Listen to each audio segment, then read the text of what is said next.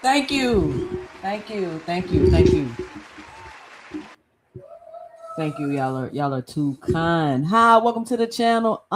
Jay, and this is R2 Cents, where we talk everything boxing, and everybody's entitled to their own opinion.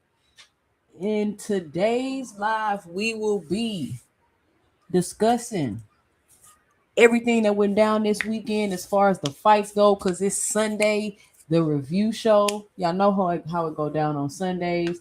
We run through the schedule. I discuss the up and coming fights. We discuss the fights from this weekend. Now listen, I've been so busy all weekend. Like I literally just stepped in the house from bringing my daughter to a party.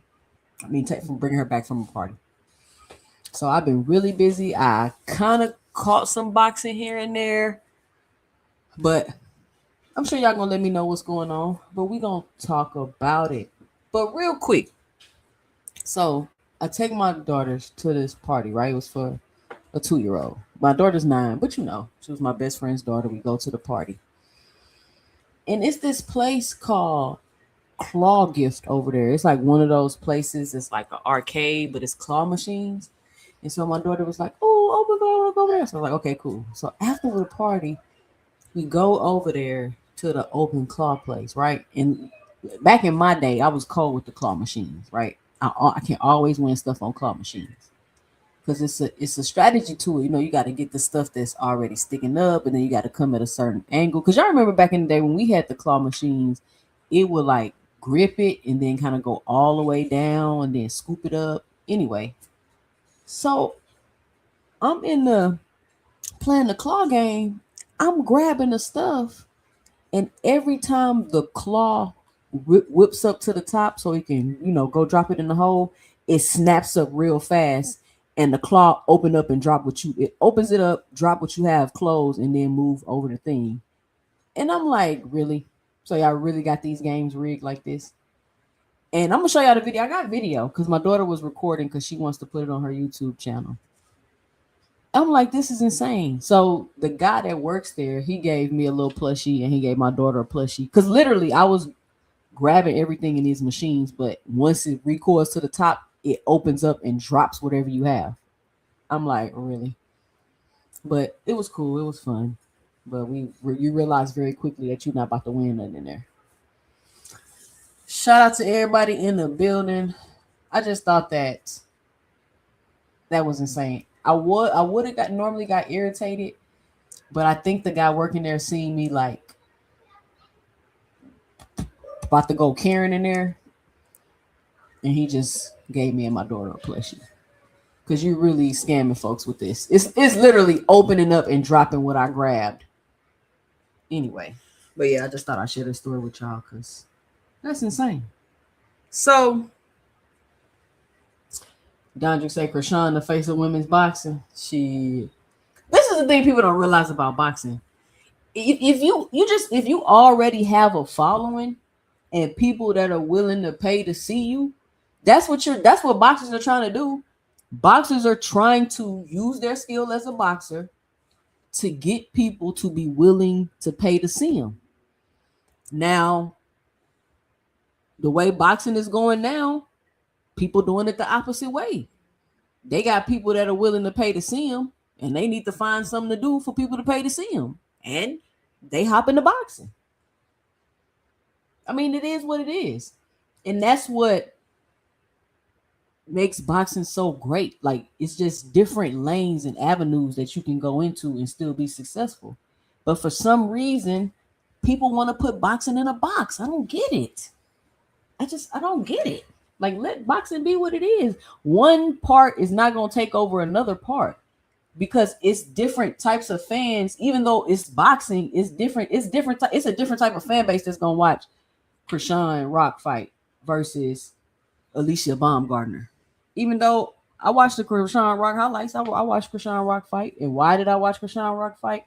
Because I don't want to say I'm a fan.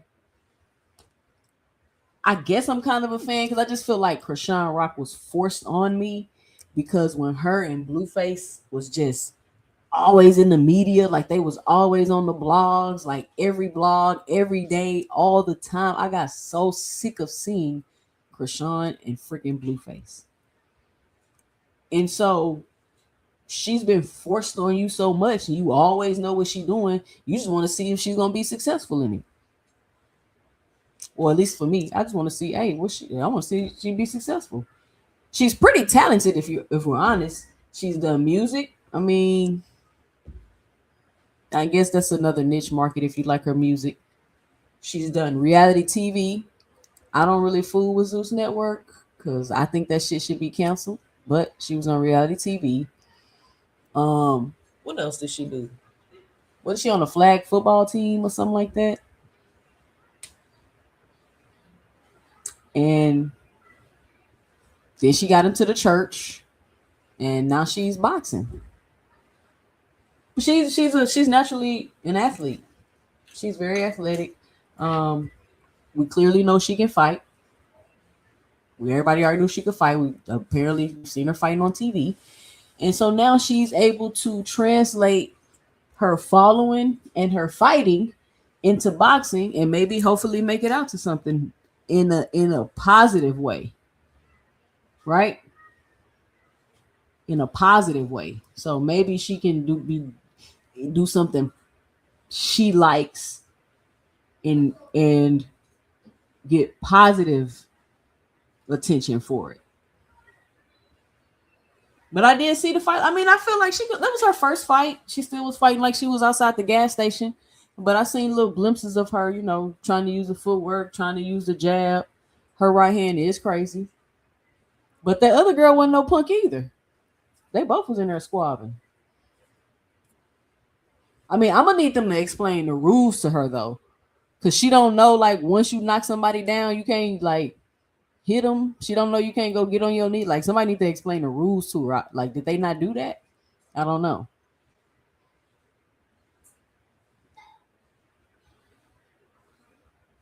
Oh, so she is playing flag football. She got a game May 1st.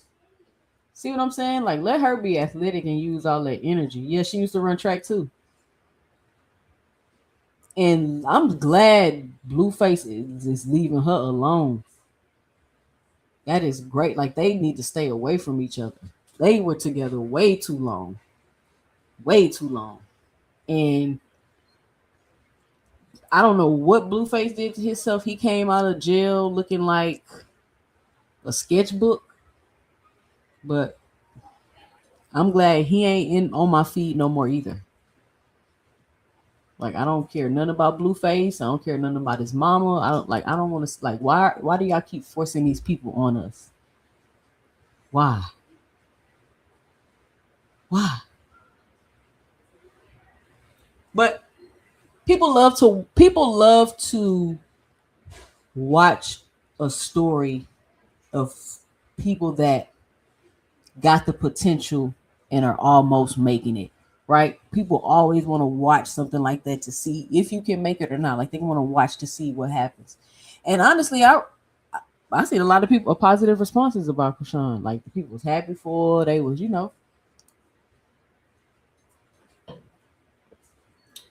But I mean, shout out to her. Hold on, y'all. My daughter needs something. What do you need? I ate an egg.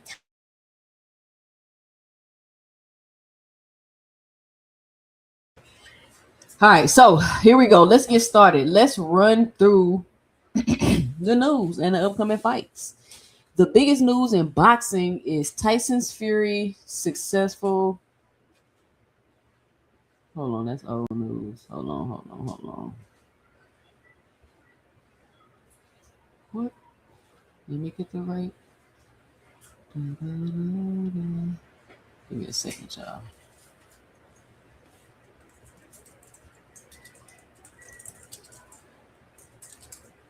Let me see who all we got in the building. Hold on, y'all. I'm gonna say what's up to y'all.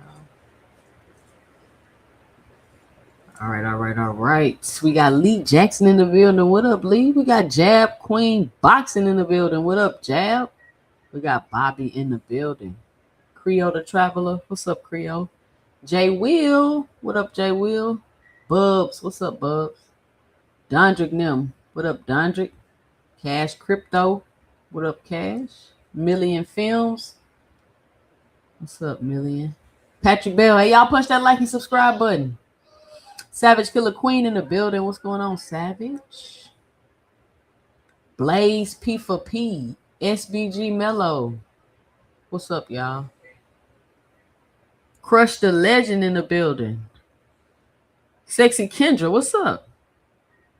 Boxing Hacker. What is up? Listen, if y'all haven't checked out my last video, y'all go check out my last video. Make sure you punch the like button. I'm trying to get to 100 likes on that video. Y'all make sure y'all go punch it so everybody can join in on the conversation. That's been a hot topic. So I had to give my 2 cents about it. So the biggest boxing headline today is Jarrell Big Baby Miller's unanimous decision victory over Lanier Perro on April 25th, 2026. The win makes Miller the WBA heavyweight mandatory and has reignited his pursuit of mega fights against Tyson Fury and Deontay Wilder. Now, I just feel like Big Baby Miller like is just fighting all the time. Do y'all feel like Big Baby Miller just fighting all the time? Didn't he just fight and his toupee came off? I feel like that was like last month. You know what I'm saying? Like when was that? Like did bro, you just fought. What up, ASO Stan? You just fought Big Baby Miller, but I did not get to see the fight last night. Put a one in the chat if y'all seen the fight. I'm about to look up some highlights right now. Put a one in the chat if y'all seen the fight. What was y'all 2 cents about the fight? But Big Baby Miller, I feel like he fight every 2 months.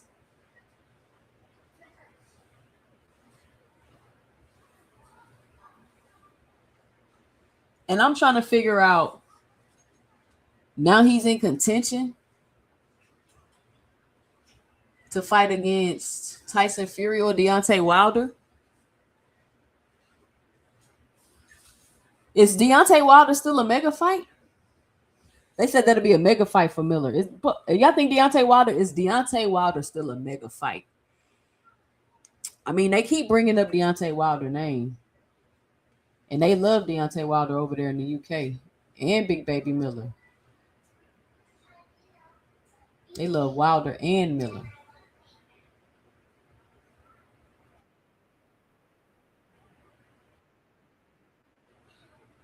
I see he had a haircut this time too. He ain't had that toupee on.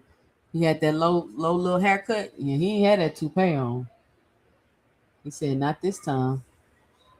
So Jarrell Miller versus Lanier Perro won via UD 117 to 111, 117 to 111, and 115 to 113 in Las Vegas. Despite a slow start, Miller's high volume pressure overwhelmed the previously unbeaten Cuban. Julio Cesar Chavez Jr. versus Jahan Casido, the former champion, completed a successful comeback with a third round knockout via a signature left hook in Mexico. Anybody watch the Julio Cesar Chavez fight?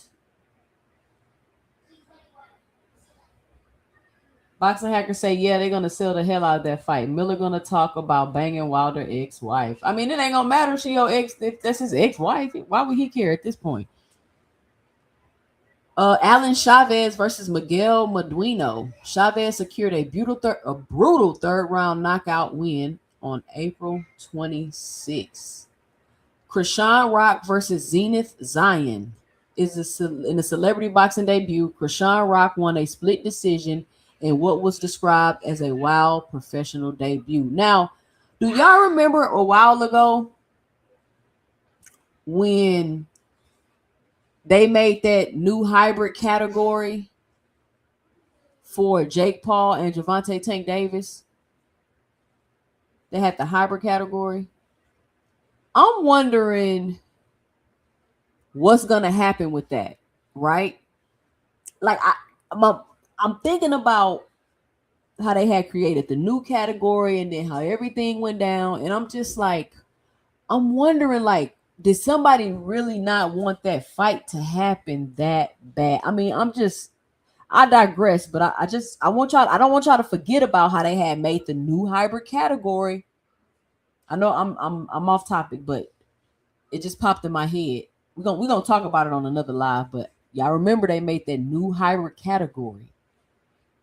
The pro celebrity, whatever the category was. I'm wondering what exactly was the agenda and what was gonna go on with that. But so Krishan Rock made her celebrity debut. She was able to pull off a win. And Jared Anderson injury. The heavyweight contender is out of his May 9th bout against Solomon Decrest due to a torn bicep suffered in camp. Now, Jared Anderson, y'all. We've been talking about Jared Anderson. People have been waiting on his comeback. He's been doing streams. He's been talking about how his baby mama won't let him see his kid. And now people been waiting for him to see his comeback, to see if he you know what I'm saying? And boom, injury, he's out for May 9th.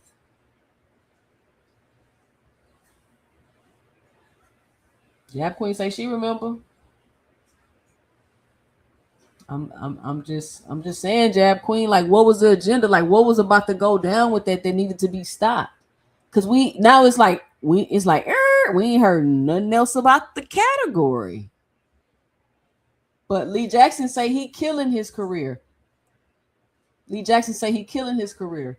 You know what? Was Mayweather supposed to fight Mike Tyson this weekend? Or am I tripping? What happened to the Mayweather Mike Tyson fight? Fury Joshua delay. Tyson Fury's manager indicated the champion may want one more warm-up fight before finally facing Anthony Joshua, potentially slowing the 2026 timeline. Let me tell you something. I wouldn't give Tyson Fury a warm-up anything so he can try to cheat me. And I ain't even make a big deal about this, but Tyson Fury glove was flopping his last fight. If you don't believe me, go look. I might make a video about it. But I wouldn't let Tyson Fury do a warm-up nothing. We either gonna fight when I say we gonna fight Tyson Fury, or we're not gonna fight at all. I'm not playing with Tyson Fury. Why do you need one? How many warm-ups do you need? You need one more warm-up? Like, how many warm-ups do you need, Tyson Fury? Because I remember when there was a rumor going around that Jerron Ennis wanted 2 warm-ups. He was the scum of the earth. But Tyson Fury can need one more warm-up. Ain't nobody like gonna say nothing? How many warm-ups you need, Tyson Fury? What do you you're either gonna fight Anthony Joshua or not? Now, I can understand if Anthony Joshua may need a warm-up or 2, considering his condition and the things that he's been through over the last year. That would make sense. But a cheater like Tyson Fury, I'm not giving you no one more warm-up. No. But that's just my 2 cents. Tokyo Dome sellout. The May 2nd undisputed clash between Naoya Inoue and Junto Nakatani has officially sold out, marking a massive boom for Japanese boxing. Inoue over there putting on for the Japanese boxing. What they moved today to, Jab Queen? Because I just feel like nobody talking about it. Nobody's saying nothing. Like, what did they move the date to? I feel like I just realized, like, oh shoot, they were supposed to be fighting. I don't know what Mayweather got going on. But Inoue is over there in Japan putting on for boxing. He's selling out the Tokyo Dome, whatever that is. Let me see. How many seats in the Tokyo Dome? Since people want to say they don't never worry about now Inoue selling and how many tickets he sell. Let's look it up. How many seats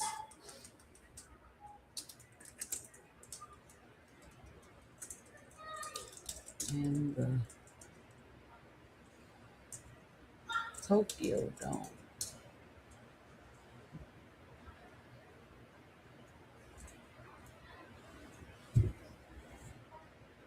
$55,000. Okay. So Inoue over there putting on for Japanese boxing, selling 55,000 seats. Let's see what the gate is.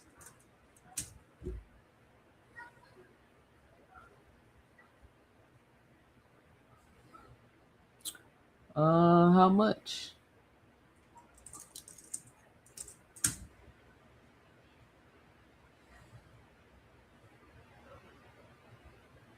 Projected while the final official figure will be announced at the event, it is expected to significantly surpass the domestic record of 3 billion yen, which is 19 million. So he about to do $20 million gate over there in Japan. Inoue and Nakatani. That's a big fight. Even over here, that's a big fight. We're looking forward to seeing that fight. So shout out to Inoue. He's really becoming a superstar, being known here in America and in Japan. A drug test controversy. Heavyweight Lawrence Okolie reportedly returned an adverse drug test, putting his scheduled bout against Tony Yoka in jeopardy. Upcoming fights, major upcoming fights. Nail Inoue versus Junto Nakatani, undisputed super bantamweight, May 2nd. Also May 2nd, David Benavidez versus Zoro. I heard them say his name, Zoro. I can't say it how they were saying it. They were saying it with the accent. I was like, I'm going to remember how to say it so I can say it on my show, but I can't remember. Zurdo Ramirez, WBA and WBO cruiserweight titles. That'll be in Las Vegas. May 23rd, Alexander Usyk versus Rico Verhoeven, WBC heavyweight title in Giza, Egypt. And June 27th, Jaron Boots Ennis versus Xander Zayas for the WBO and WBA junior middleweight titles in Brooklyn. So those are the major fights coming up. Y'all make sure y'all mark y'all calendars, put it in y'all agenda, do y'all film study, so we can have some intelligent conversations and debates about these fights. Don't just watch highlights like Boxing Hacker. Watch the whole fight. Watch more than one fight. Don't just type in Zurdo Ramirez highlights and then be trying to debate on the panel about how he fight like Boxing Hacker and you only watch the highlights. No, I'm just joking. Hold on.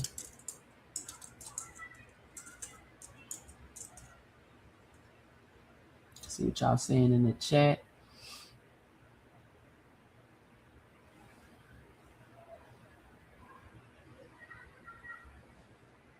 $55K. Somebody said that Dome big as. Says Shakur and Devin wish they could do that without Turkey paying niggas off the street to fill the seats. And how Mayweather uncle be the referee for Krishan fight? I know his sister fought on the card. I didn't get to see the whole card, but I was wondering, like, why the referee not, like, he was a terrible ref. I mean, somebody got to say it. He was a terrible ref. He was letting the girl get hit after she got knocked down. He was letting Krishan get on the corner, go get on her knees.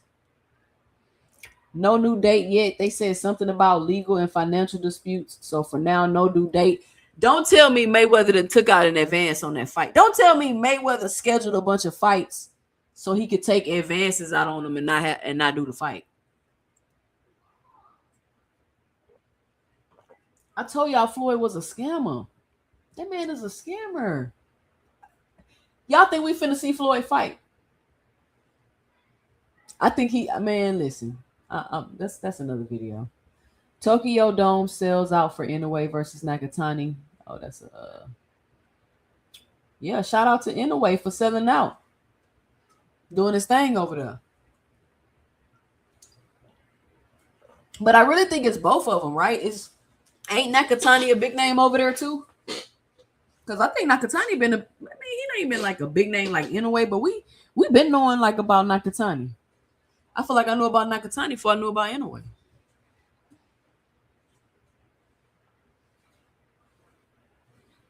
Yo, that woman cooked Haino's clan on frequent panel all by herself. Ugh. They be cutting up over there at Johnson Mount Central. I just be laughing at them.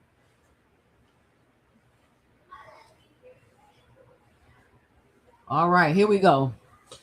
Upcoming fight events. April 29th, we got Scott Nicholson versus Mariah Turner for the WBC interim super bantamweight on the zone. May 1st, we got Tinsetar Ernab. Man, this is the craziest name I ever seen. I'm about to put this in the chat. Look at how this is spelled, y'all. Look at how this is spelled.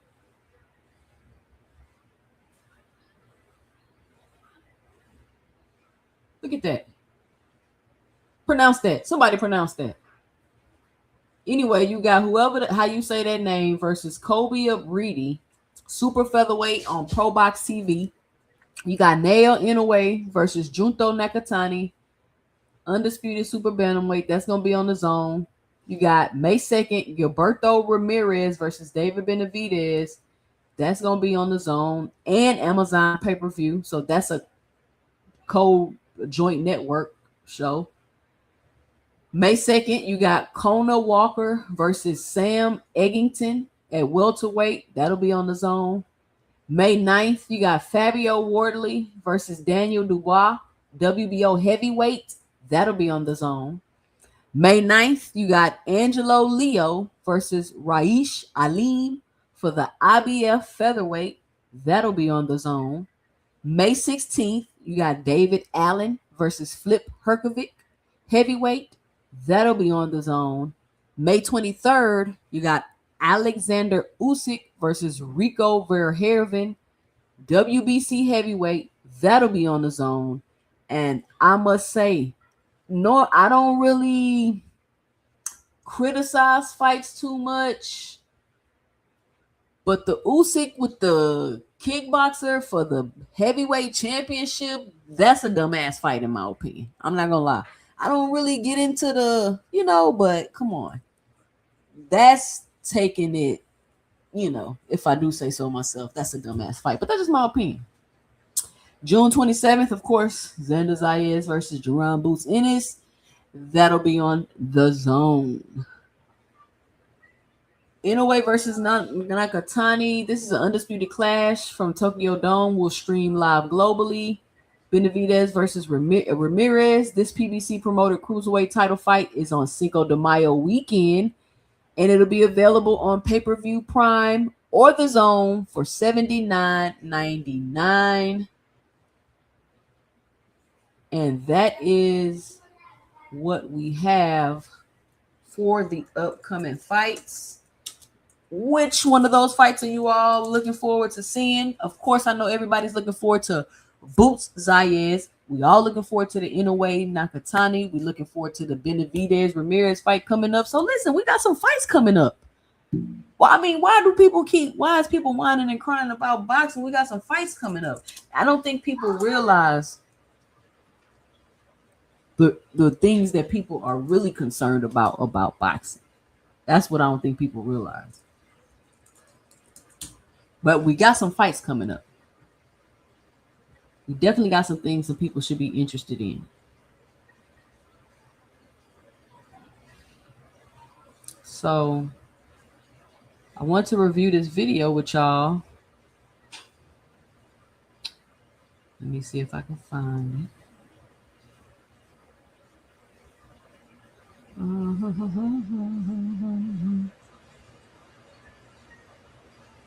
A video that I seen pop up with Eddie Hearn.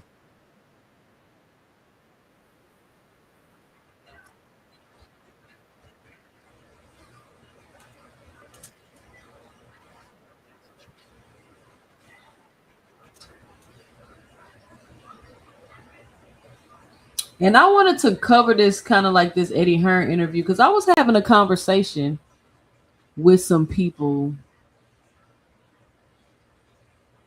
But I want to find this Oshaki Foster. Hold on, y'all.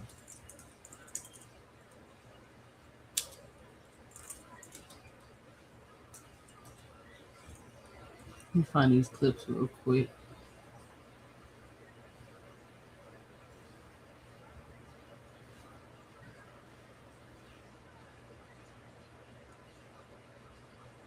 What y'all laughing at in the chat? Let me see. We getting some real fights. Yeah, we got some good fights coming up. Y'all looking forward to Wardley? Okay.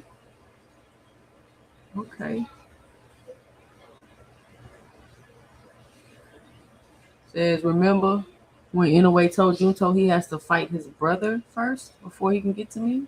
When he told him that?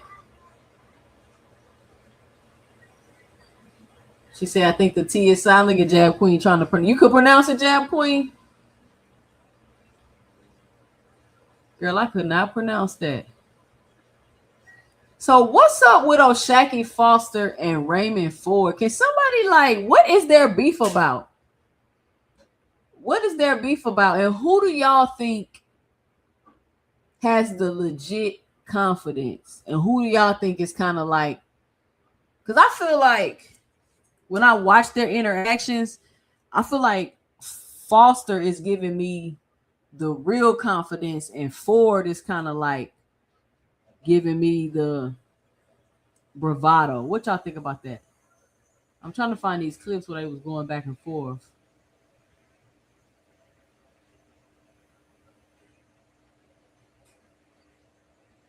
So I ain't gotta play the whole thing to find the clip, the parts exactly that I'm looking for. But I've been so busy this weekend, I don't have time to clip nothing, do none of that. Let me see if it's in my. I might have done it. Let me see what y'all saying.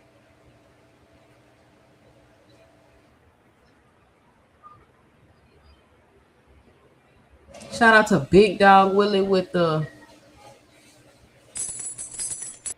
$10 in the super chat. He says, "Taker maniacs are the reason why the NBA sucks." Fact. Shout out Big Dog Willie. Shout out Big Dog Willie. He say Shaq gonna spark him. But listen, this is the first fight that I've seen in a while where like people's opinions are on so it's like this. People think Shaq finna win, people think Ford finna win. I'm really kind of neutral. Because I think Ford is alright, but I don't know why people think he's gonna beat on Shaquille Foster. And on Shaquille Foster's a good fighter. He growing on me. I haven't just been a fan like that. I think because his style is not like aggressive enough. It's like he can fight. I like his style, but like I want him to be more aggressive with it. Like you know what I'm saying? It's like he just ain't got that oomph. Or am I tripping? It says there is beef based off what happened in sparring. Ford gonna beat Shot. See, boxing, how do you think Ford gonna beat Shot? So you say it's a 50-50. He said, of course you're gonna say that 2 cents because Shock Houston. I mean, what that mean? What does that have to do with my opinion? That ain't gonna change my opinion because you from Houston. I'm not even really. I like O'Shaquie Foster. He's just not like. I'm gonna go to the fight. Oh, I'm going to the fight since it's here. But like I said, he growing on me. Now I'm going to his fight. I've been following him his last couple fights. Really, when I seen him lose to Conceição, I was like, I'm gonna follow him. I'm gonna see how this play out for him. That's when I really just kind of really start following him and paying attention to him. She said he got Foster. He said they gonna kick you out of Texas. Nah, they ain't gonna kick me out of nothing. I said I'm going to the fight. I said I rock with him. I just he growing on me. Golly, I just can't Johnson bounce right away. Can I get to know you first? Jesus. Hacker said Ryan and Frank would beat Tank too. Oh, Cash, come on. Ford trying to protect the sucker, so that makes him a sucker. Shot gonna beat his ass. Who he trying to protect, seeing Shakur? That's funny. Y'all funny.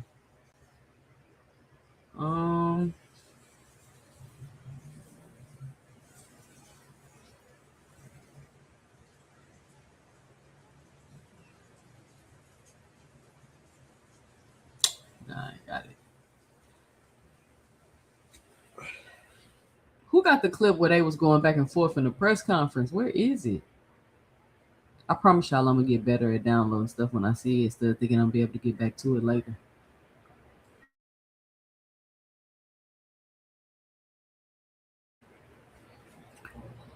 Shakur put his son on Shot to get a little insight for their fight. Straight ho shit. Listen, please tell me y'all seen the AI video where Shakur Stevenson at the head of the table.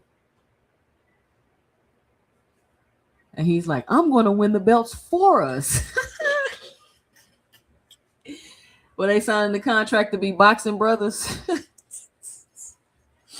Hey, y'all can't tell me that shit not hilarious.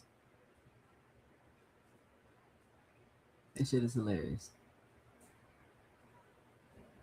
So, I don't know. I'm looking forward to seeing the fight with O'Shaquie Foster. It's heating up. They're going back and forth. They in their interviews. See, and I watched the interview with Raymond Ford the other day, and I'm listening to him talk, and he just don't.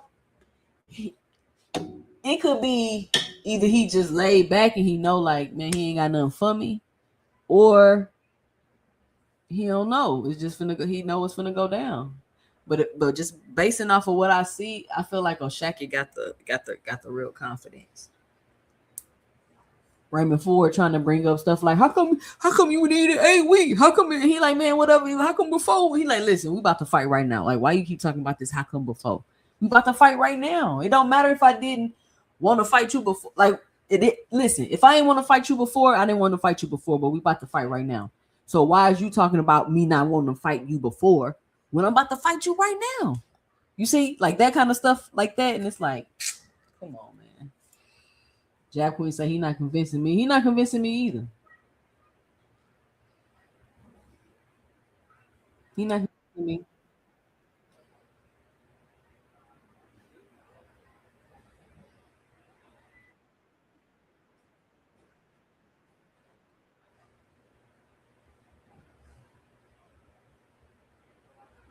Trying to find this little clip.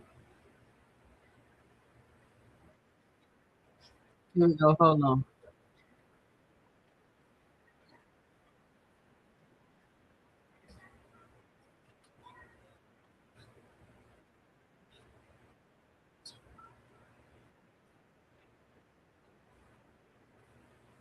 O'Shaquie Foster, boy, he look like he been through there. How old is O'Shaquie Foster?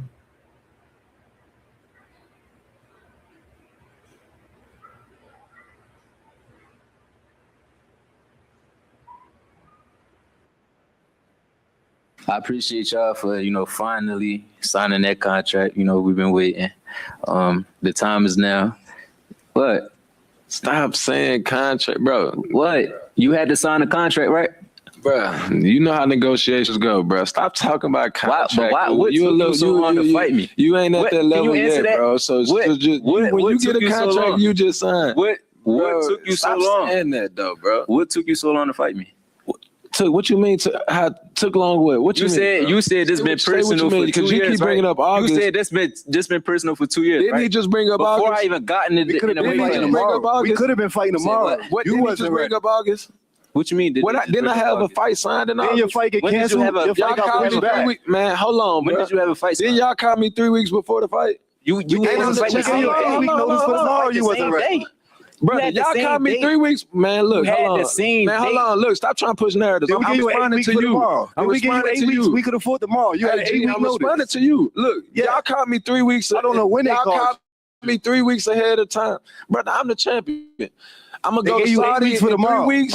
Bro, come on, man, stop playing. Y'all called Nova in 2 weeks. I gave him an 8-week camp. Stop comparing the fights. There's no comparison. He called you for 8 weeks for tomorrow. Y'all didn't give him nothing. Y'all gave him 2 weeks. He still came in. He was going to put you on the shelf if you didn't take this fight. Doesn't matter. He just fought a couple weeks. Doesn't matter. I gave him 8 weeks. Y'all was going to put you on the shelf if you ain't take this fight. You ain't want this fight. So y'all want a champion. You ain't want this fight. A so-called contract in 3 weeks. What about the 8-week notice? What do y'all keep talking about? The 8-week notice. We could have been fighting tomorrow. We here now. We could have been fighting tomorrow. Yeah, we had to put your back against the wall for you to say yes. How's my back Ring had to threaten to put you on the shelf for you to take this fight. Are you my mentor? Who gotta be a fight? Are you my mentor? Who gotta be a man? Answer that question. Are you my mentor? The first problem I'm having is that this guy right here, you be quiet and let him talk. Why is you yelling? This is what I'm saying. This is, and why is y'all talking about this? Is like a deflection, right? Like, why is y'all talking about this? Like, what are we talking about? Why you ain't talking? Wait, we about to fight. It's already signed and we about to fight. This don't give me this type of it's just, to me, it's just like, I don't know. Maybe I'm reading too much into it. That's Shakur cousin and his trainer. Oh, Ford is his cousin. Ray Ford, hype man, making what Ray Ford look weak. That's what I'm saying. Thank you, aircraft carrier. I ain't even read you had said that. Don't that look weak? Like, be quiet. Like, Ray Ford should be like, hold on, I got this. Shock up there by himself. Is Shock up there by himself? They ain't even showing who's sitting with Shock. You knew you was going to get on your ass if you would have fought him over me. So the only way I'd be pushed into a back against the wall is he was my man. mandatory. He's not my mandatory. So therefore, I went to him. You wasn't going to make no money fighting Magnesium either, though. Who? You wasn't going to make no paper fighting Magnesium. Wasn't on my. Bro, you said the mandatory. He was number one. I don't have a mandatory is what I'm trying to tell your goof ass. You keep talking about I'm back. So who was you going to fight? Who was you going to fight? Who was you going to fight? Who was you going to fight? Anybody I wanted, bro. Like you. I'm fighting you. About time, you keep talking about time. You, bro. About like time that. you start dropping your about August. And all it's been 2 years. Hey, May 30th, I'm gonna punish you, bro. You doing all this talking. Your man's over there, y'all gonna be hurt. I swear to God, y'all that belt, bro. I told this to the last person. I'm not him, nigga. I'm not him. What the fuck is you talking about? You gonna get the same. Talking about the last person. I'm not him. You ain't done shit in the sport talking like you. Woo, man. I'm gonna show you, bro. There's levels. You ain't ever been up here. I'm gonna show you nothing on me. Not gonna show nothing. Just make sure you pay your coaches after the fight. That's all. You tripping? What is you talking about, bro? You know exactly what I'm talking about. Make sure you pay them. Hey man, look, you mind your business. Don't go run from your. Somebody tell this dude to be quiet, because that was another whole, like that was some more weak shit. Like, just make sure you pay your coaches after the fight. What is that? Why? What is you talking about? Why is you up here talking about my personal business? If I did or didn't pay my coaches after the fight, what does that have to do with anything that's going on right now? What does it have to do with anything that's going on right now? Shakur, get your kinfolk. What are you talking about? Don't be running from your coaches, man. Make sure you pay them after this ass whoop. Hey man, look. May 30th, the Jersey ass whooping is getting put down in Houston. Look, don't miss. Y'all better be careful. This might be your last shot, homie. You better get right. I already said you about to join TCF. I already said they need help anyway. Hey, they getting spanked right now. Hey, they say a real champion don't become a champion till you defend your belt. You talking like cool. You done some shit in the sport. You ain't even defend your title. Hey, he just, man, he say, what he say? Boxing hacker, what he say? A real champion ain't a champion until you defend your belt. Then Boxing hacker, didn't you say some people was making that up, that wasn't a thing? Let me rewind it. Boxing hacker, you still here? You gotta hear this. I already said they need help anyway. Hey, they getting spanked right now. Hey, they say a real champion don't become a champion till you defend your belt. You talking like cool. You done right now. Hey, they say a real champion don't become a champion till you defend your belt. You talking like cool. You done right now. Hey, they say a real champion don't become a champion till you defend your belt. You talking like cool. You done some shit in the sport. You ain't even defend your title, bro. You lost it right out the real. Everybody know I was trained. You came up to 130, man. You came up to 130 talking all this big stuff, then go and fight. I've been trying to fight you since. You fought two guys, bro. You fought two guys that wasn't even in the top 20, and then you talking about you want to fight me, bro. You gonna go to the smoke. If I'm going to 35, I'm not fighting whoever they brought to my table. I fought whoever they brought to my table. Stop. Whoever they brought to my table. You can push that narrative to everybody. Man, I fought whoever they brought to my table. You want to smile every time you see me. Man, you said what, bro? You ain't like, I'm gonna show you. I'm gonna punish you. I promise. May 3rd, I'm gonna punish you. I'm gonna have you. You gonna have to show me. Daddy, everybody over there. You keep saying. Can you stop? He gonna look like your daddy after May 3rd. Time out. You know who I was talking about in Arizona. Me and you fighting, right? Me and you fighting, right? Why you keep bringing up another nigga though? Huh? Why you keep bringing him up? Man, they up there arguing like some, like, where you keep, like, bruh. Boxing hacker, you gonna argue with the fighter with the belts across his chest? You gonna argue with what he said? Clearly, that's the sentiment. A champion ain't a champion until you defend the belts. I'm not saying that the fighters are saying that. Did you say you gotta believe what the fighters say? You gotta believe what they say. Pops, this not about him. Why you keep bringing him up? It's about both of y'all. You know what I mean? How? If I spank the son, you don't want to take me and you start going at it first. About Shakur Stevens. We not bringing him up. We not bringing him up. This not his press conference. This not his press conference. It's not about him. You keep talking about that. He said, you know who I'm talking about? His daddy. They call that man. He said that man daddy. Hey, look at Oshaki face. He is laughing at this boy. He laughing at him. He is not bothered at all. Dondre say that's been a saying forever. No, Boxing Hacker said we made that up.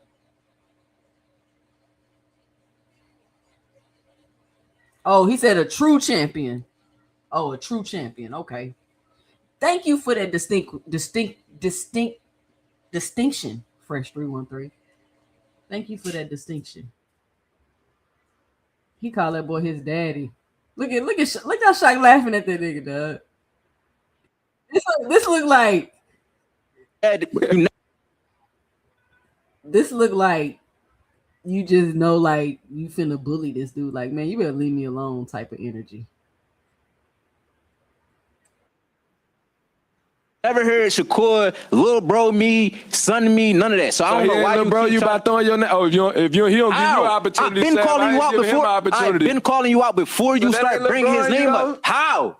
If he don't give you an opportunity, I ain't giving him an opportunity. That's not you little boy. That's not little bro. He know that this is the fight that I've been wanting. Why was okay? Did you hear what he just said? Listen.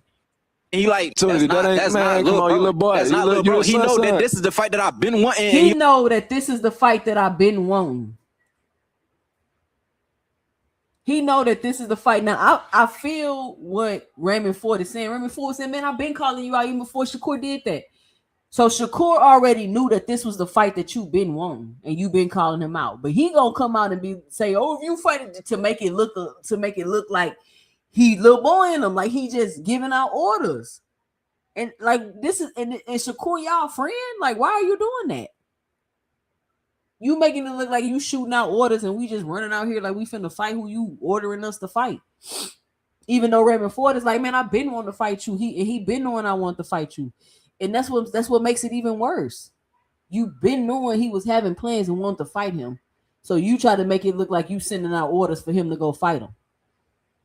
Making it look like you getting little boy by Shakur. That's why I was shocked. Like, yeah, you look like you getting a little boy. Like, why would I jump in the middle of him trying to fight him and beat you the fuck up? Because that's what's going to happen. Explaining. It's son, you all right, man. I'm gonna beat you up. You gotta stop dick riding. You gotta stop dicking, bro. No bullshit.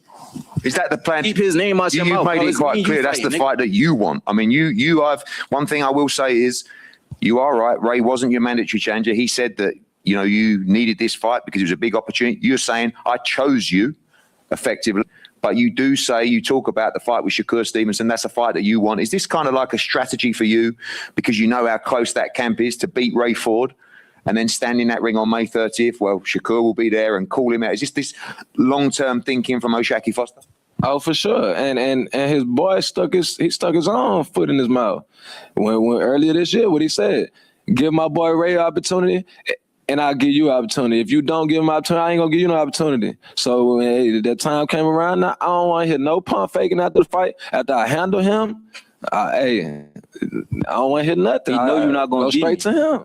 He don't need no tune-ups going to 35 or for whatever he want to do it. After I smash you, I'm going to show you how to go up and fight. You got to put a pause the champion. Not go up and fight Joe Blows. I'm going to show you how to do it for real. Bro, I fought everybody who listen, I've been trying to fight the top niggas, the Rockies, whoever the fuck you want me to fight. I've been trying to fight all these niggas. What's his Mexesa, whatever his name is.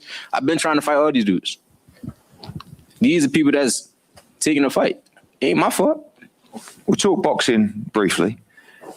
This challenge, you know, there's no love lost between you two, but how do you rate him as a fighter? I know you have respect for the guys, but you just think you're on a different level? Nah, they just told me he just gave me like he rated me like a 4 out. So he don't think he on a different level. He said no. He said no. They just told me you just think you're on a different level. Nah, they just told me he just gave me like he rated me like a 4 out of 10 or some shit. So he ass. Fuck that nigga. He ass. He don't get no credit. Nigga shitty. Is this true that was the rating? 4 out of 10 for Ray Ford? Hey, look, man. He ain't for real. He know I'm nice, but he just gotta say that. I labeled him a 5 because I feel like he a decent fighter. I feel like he a good fighter, but I'm gonna show him what a great fighter look like when they get in there with me. They gonna ask me to rate a guy. I'm gonna rate a guy that's I'm gonna put him 5 because he hasn't done nothing. He won the title, then he lost it, and he hasn't won the title and lost it. Man, look, I defended mine though. And you look like shit every time. Look, man, you just look good. 3 times. You look good 1 time. 3 times, man. Look, listen, bro. I'm a 3-time champion. 2 times, whatever y'all want to say. 3 times, 2 times. Don't worry about it. The interim. Either way. Hey, I'm handling my business. So. I'm rating you a 5 because you ain't done nothing in the sport. You're a good fighter, but I'm a great fighter. Is he the best fighter you fought? He gonna say go ahead and say Ray Vargas. He better than me. He was 2 division champion before I fought him, going for his 3rd division. Same thing with Stephen Fulton. How can I say a guy that hasn't accomplished the things that the guys that I fought? Come on, man. Like, I don't know. Skill-wise, I wouldn't know until I get in there. Fulton is one of the top skill fighters, IQ, everything. It's when I got in, I made him look dumb. I feel like I'm gonna do the same thing to you, so I don't know. You know what I mean? We're gonna see. You want to bet on that? I feel. You want to bet on that, bro? Look, can we bet? Can we please place a bet? You talk. Can we bet on it? Come on, man. I don't. You don't bet? If you don't bet, I respect it. I don't play them games. If you don't bet, I respect it. I don't play them games. I don't play that bet and woo. All right, so just say that then. I bet with real stuff, but I don't play that. I'm a bet.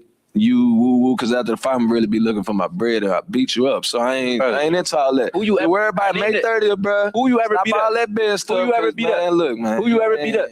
Huh? Who you ever beat up? Anybody they put in front of me. You beat up Nova? Anybody they put in front of me. What are you talking about, bro? What are we doing? What are we doing?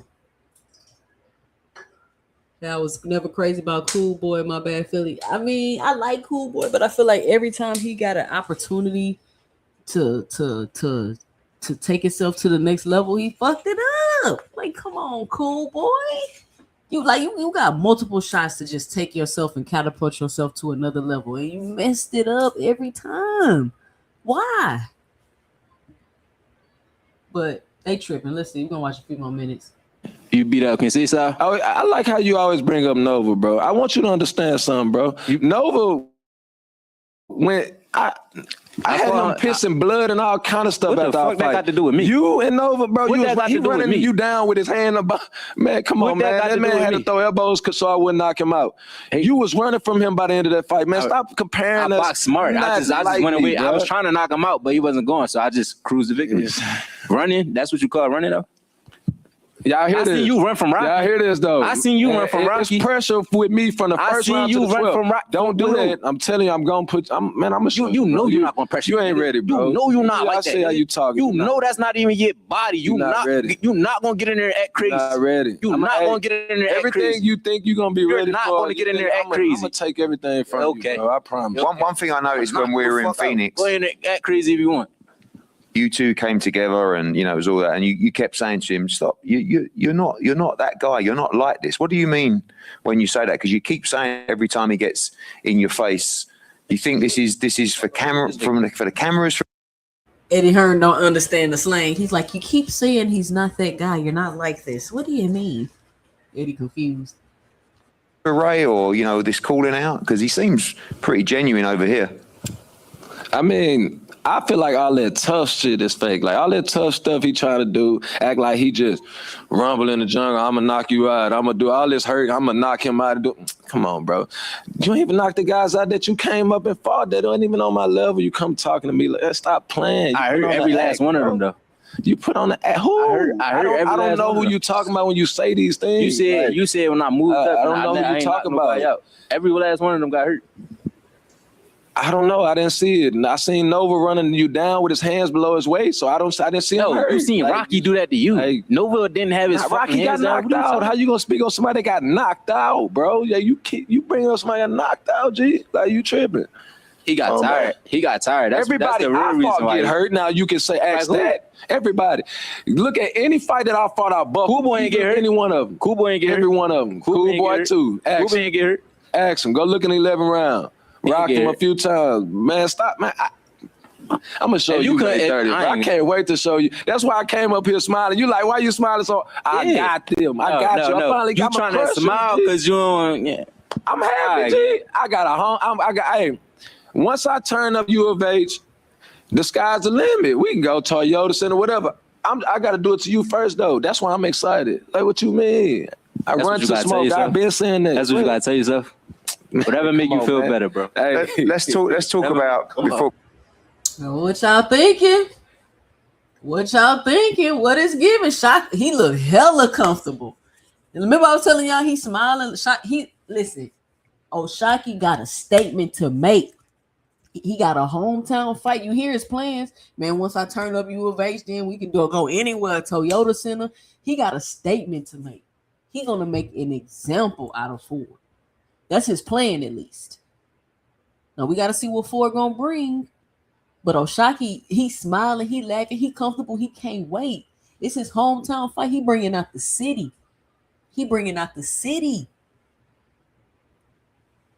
And Houston is huge. Once you get Houston behind you as a fighter, you don't even need to go fight nowhere else. You can just fight in Houston. This is definitely the place to have a huge following in the fan base. So this is his hometown fight. He do great this fight. He gonna get more hometown fights. He gonna get bigger and bigger and bigger. This is deeper than just winning the fight for Oshaki. He got a lot riding on this. And he look comfortable. He don't look stressed about it. He don't look worried about it. He can't wait. He's excited about it. Now Ray Ford on the other hand,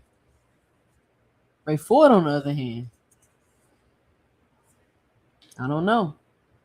He seemed to be doing a lot of deflecting to me. Somebody say they selling the hell out this fight, man. I'm going. Say Ford sound childish. After I beat him, I'm gonna beat your daddy. This is like, it's weird to me. Like, I'm wondering why these guys don't see how Shakur is embarrassing them. They don't see it. Like, because everybody keeps saying it to you. So if niggas kept saying like, oh, he your daddy, I'd be like, damn, why people keep saying that? Like, why is people thinking that? I'm gonna have to do some examinations. Like, imagine if every time I came on YouTube and people got on my panel and they was like, yeah, Jab Queen, your mama. Yeah, she your mama. She be little boy, you Jab Queen. And I'd be like, damn, why people? But me and Jab cool. And I'm like, why people keep saying that to me? I'd be like, why people keep saying Jab Queen, little boy? And me like, why they keep saying that to me? I would have to examine what's going on to make people say that. I'm not just gonna write everybody off.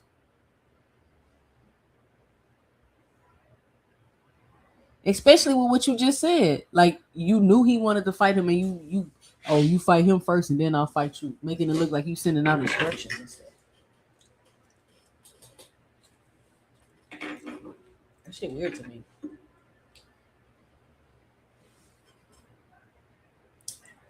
Ford and Foster been had beef. The Shakur beef is new. I mean, I guess they been had beef. Am I familiar with the college campus they fighting on? Yes. He got that noon shit. Coon. Oh, he got that coon shit. Eddie ain't made no stars yet, but these niggas love giving these white men credit they ain't earned. Who's in the streets promoting their fighters? The fights like Eddie and Oscar. These guys are grinding, traveling. That's their job. What you mean? They better promote the fighters. They promoters. About they grinding, traveling. They putting on events. That's what they supposed to be doing, teach. That's what promoters do. Like, why are we giving them credit for doing their job?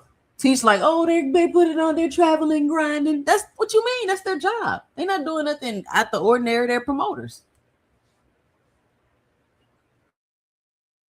All promoters are traveling and doing their job. Maybe just because you don't see it. Look over there.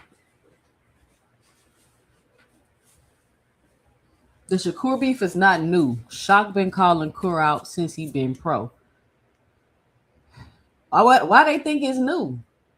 They better promote, otherwise they'll end up forgotten on Zuffa. That's what I'm saying. What you mean? They better promote their fighters. They traveling around grinding. They got events. They got to be there. Y'all funny. What's up, Big Coop? What's up, Band Up?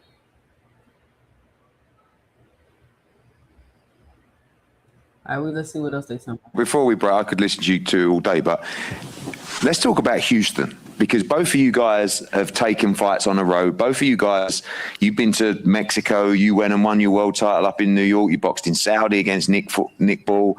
Like, both of you didn't really mind, where you go in your careers. Now it's a really interesting dynamic. You're in Houston. It's your first big fight in your home city, really. He's saying it's his crib. He trains there with all his boys. Yeah. How do you feel about fighting in Houston and defending your title? It's going to be a brilliant atmosphere. I feel great. I love the fact that he's training out there and his whole squad is training out there. So, just like the last camp, I went against the whole Philly, Bozy and his team. I feel like I'm doing the same thing. You know what I mean? I'm going against Shakur and his camp. So across the ring, I want to see all of them. I want to see him. I want to see everybody that's over there helping you. You fighting me. You not. It ain't don't Shakur matter. in his camp. You fighting. That's the motivation I get. So once I see all of them, all y'all gonna be crying together. That's my point. Like, you know what I mean? All y'all gonna be hurt together. Only person who cry after losing is you. We seen that. Couple times. That's why you went from 135 to 130. It was too tough up there. Huh? You dropped the division one after you lost from 35. You went down to 30, correct? I lost. Oh my God, Shakur, get your cousin, bro. Get your cousin. That 130, bro. First loss. The first loss was at 35. When I fought Sam Tate, catch weight. When I fought Rolando, catch weight. None of them was no weight classes and all that. I was a coming up fighter. Wasn't even fighting in the weight class, but man, cut it out, man. Y'all bringing up, hey, bro, who cares about that? Who I am now. Y'all bringing up. You ain't gonna have it June 1st. I promise you that. Hey, y'all keep bringing up losses that was, man, come on, man. That's what y'all bring up. You bringing up the past. All y'all talk about You is just the lost Nick 2 Ball. years ago. When was my losses? You lost after me. Man, stop. You lost. You after just I lost. And then had a close fight with the same dude you lost to that could have been a draw again. Y'all bringing up 2015 and 20. Come on, man. Stop playing, bro. Y'all Listen, I don't care. bringing I up don't give a May fuck. 30 different losses. person, a whole different. I don't give a fuck about so your stop losses. bringing it up. I don't give then. a fuck about what I'm about to do to you on May 30th. Well, talk about that. Why y'all? That's what I'm talking about. That's what I've been trying to talk about. I'm a whole different fighter, a whole different person than him. Why y'all bring that up like that? I ain't listen. Like, Just I can't tell. Listen, just be ready, gang. That's all. you a little boy. You better get a better trainer. You a little boy. Both of y'all little boy. I'm a grown Get a man. man in your corner because he grown gonna send man. you to that gulag. He don't know what he Grown doing over man. there. Hey, I promise you, he don't know what he doing over grown there. Hey, man. I want a world title. You over there smiling. grown man. I'm gonna show you. Hey, I want a world title with him. Wow, he told that boy, you better get a man in your corner. What?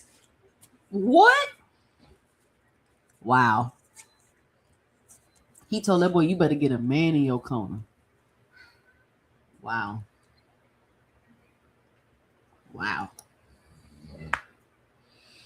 Well, Shaqy Ford coming up May 30th. BLB Square. Shock laughing at that boy. He like, man. He told that boy, you better get a man in your corner. I'm gonna have to clip that sound bite too. You better get a man in your corner. Cause this little weak nigga you got right here, bro, he ain't gonna cut it.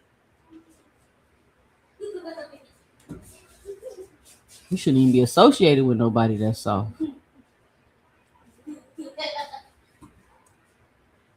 Aircraft carrier say Shock talking crazy. What you mean, Ford talking crazy to Shock? His trainer didn't even know the date and said June 1st. Shock been going that curse since 2021. It's on X. Y'all lying. Why they trying to act like it's new, Dondrick? Oh, Shaqy did lose to some fighters that Shakur smoked. Foster was never Shakur Mando, and that beef ain't old. They were in different parts of their career. Eddie Hearn realizing he can sell 2 black fighters. Hey, too rich now. That was funny. His trainer didn't even know the date. He said June 1st. That's crazy. Shock been going to, hold on. Why is it work? Okay, I don't know why I did that. Hagger's boyfriend up there. Oh, come on, ASO Stan. If Shock wins that fight, I'd love to see Shock versus Shakur. The storyline makes sense. Okay, Teach. Let's say Shock versus Shakur. I'm about to drop the link. I got like another hour on here, but we about to review a Eddie Hearn video too. The interview he did this past weekend. What weight would they fight at? What weight would O'Shaquie Foster and Shakur Stevenson fight at?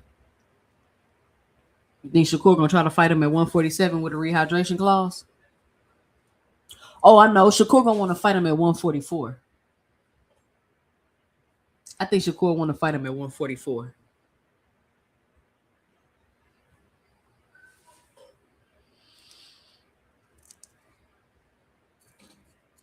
You know he gonna try to pull him up as far as possible. Man, Shakur not going to 140. Jab, they not gonna fight then. Shakur said he don't want to fight at 140, even though he went up there and got the belt. He just said he don't want to fight at 140. And the latest thing he said, Jab, was that he don't want to fight at 140. And that's why he want to go to 35 to fight Muratalla. Because Muratalla was like, I'll move up and challenge you for, like, won't you let me move up and challenge you for your belt? Like, how come you ain't never giving nobody no shot? Like, let me come, T.O. let you move up and challenge him for his belt. Let me move up and challenge you for your belt. She's like, nah. Let me fight you at 135 with that IBF, with that 10-pound rehydration clause, even though I know you ready to move up. What up, Boxing Hacker? What up, 2 Cent? What's going on with you? Man, we just up here talking. Yeah, I think that beef is new. Well, I don't know. People are saying it's not new, but like, I feel like O'Shaquie Foster and Shakur were never like in the same parts of their career, right? Like O'Shaquie had like early losses in his career, and Shakur was like up and coming. He was winning all his fights, and he also fought the two champions of the division. So Shakur didn't fight people with losses. He did, but he. I don't remember O'Shaquie even called. I remember Ray Ford and Shock going back and forth for a couple of years. Like Ray Ford was like actively chasing that fight. Well, no, hold on. You said they were in different parts of their career because he had losses. Yeah, well, at 130, right? Because Shakur was like, when was like O'Shaquie Foster wasn't close to becoming Shakur's mandatory whatsoever. You know, like I don't know how people can say like Shakur ducked him at 130. I don't know where that. So why couldn't he have fought him at 130? Well, as a volunteer fight for no reason. So Shakur only fought Mandos at 130?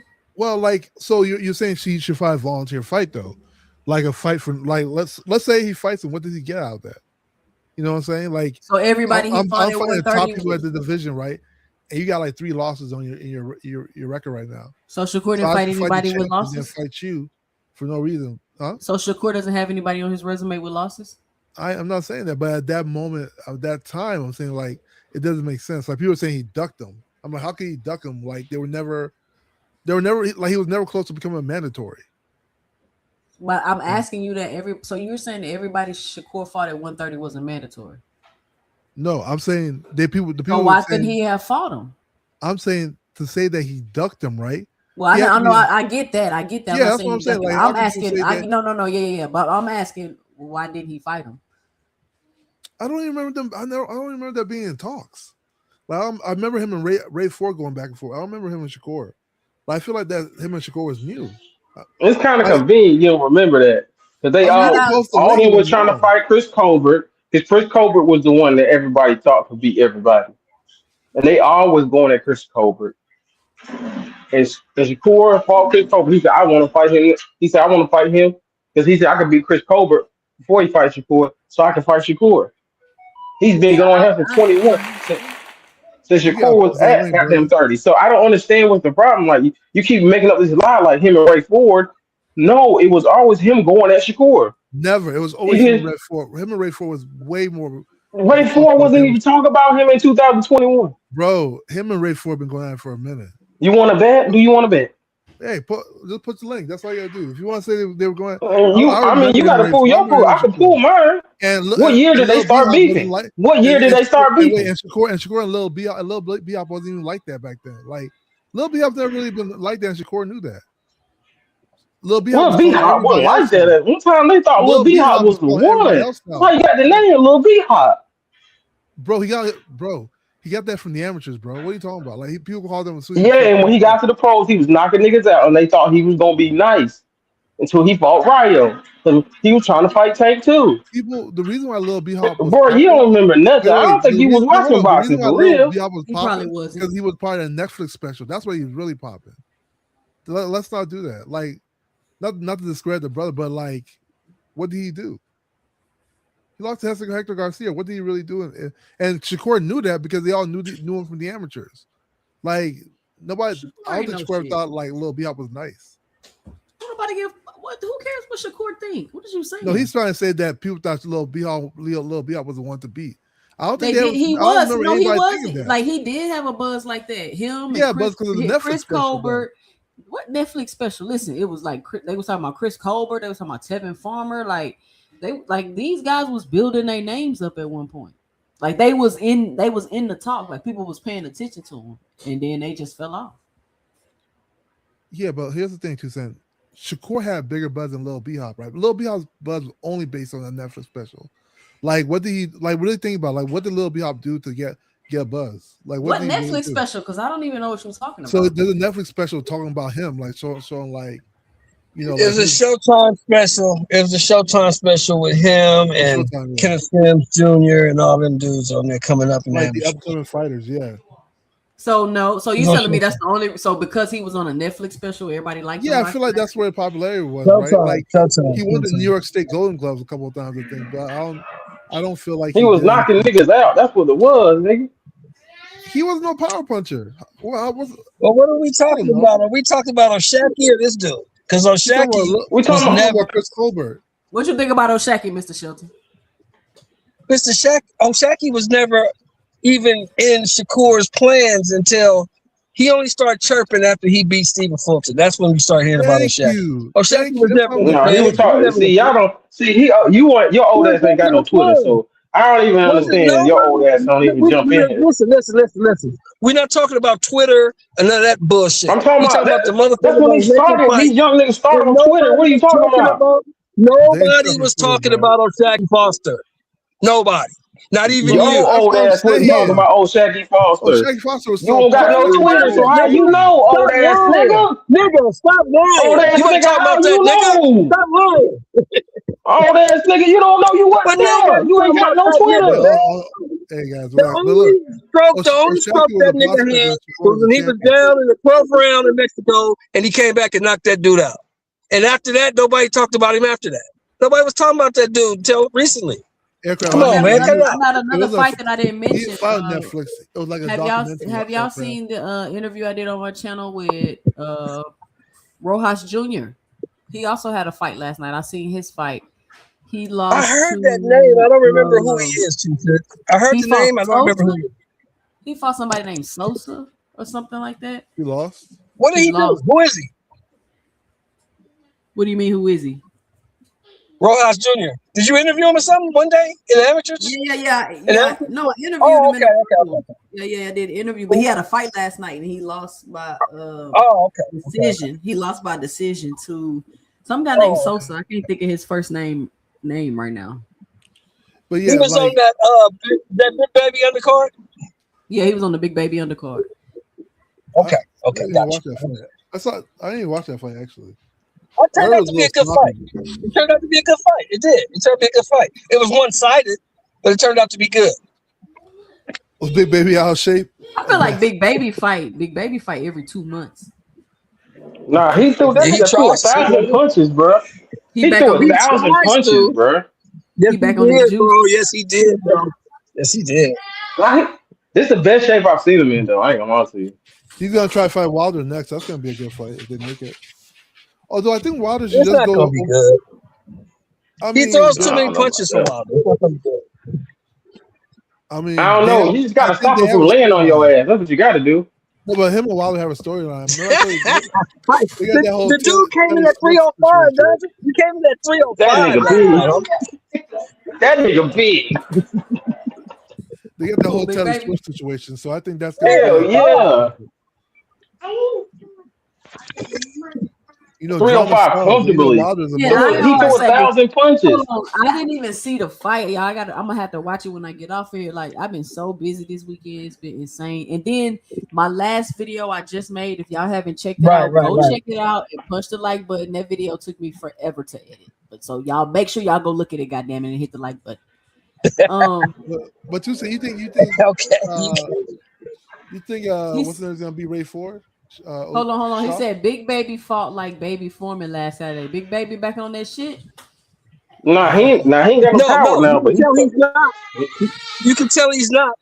When he's on the shit, he's like 280, 290, 270. When he's off the shit, he's 305, 310. He was 305 last week. He ain't lying. He telling the truth. I don't know, but yeah, I think Foster can beat Ford. It's a 50-50 fight. You think so? Why can't he? It's a 50-50 What does Ray Ford do? Why can't he beat Ray Ford? Nick Ball beat Ray Ford. If Nick Ball can beat you, you ain't too good. I think Nick Ball will beat Foster too. I don't know. Yeah, I think there's Nick Ball just got his ass whooped by Figueroa. What are you talking about? He just got knocked out. Wait. Yeah, but Figueroa is like 7 feet tall. But like, here's the thing though. What's that got to do with it? Cool Boy Steph whooped his ass twice. What's that mean? Oh, when it comes to what's his name? To Shaqy Foster and Ray Ford, I think Ray Ford is just a better boxer though. That's what I see. What? How? You think Ray Ford is a better boxer than Shaqy Foster? How? Yeah, I think so. Ray Ford fights like Don Porter. No. Explain Ray Ford that. does not fight anything like Time out. Can you explain that boxing? What makes him a better boxer? Like they have that common opponent Nova, right? I think Ray Ford showed more skills against Nova than Shaqy. What skills? I thought so. I thought like Ray Ford. No, you say he's a better boxer. I'm asking. Yeah, like I feel like they're both. Well, I think Ford is a little more fundamentally sound. I think Ford is faster. What? I think his jab's better. I think his reaction time is a little better. Yeah. I think his reaction time is a little better too. This nigga just saying words, man. I think Ford's a better fighter. He's obviously never watched this dude fight. Talk about Clearly hasn't. Because ain't no way. That's the one. Hey, hold on. The one thing you can say is, okay, if you would say he's a better pressure fighter, he's better combination puncher, I could be like, yeah, you know what, Boxing Hecky, you're right. When you say he got a better jab, nigga, have you lost your rabbit ass mind? That is the only thing Shock does. Yeah, but it doesn't mean his jab is better. He got a longer reach, of course.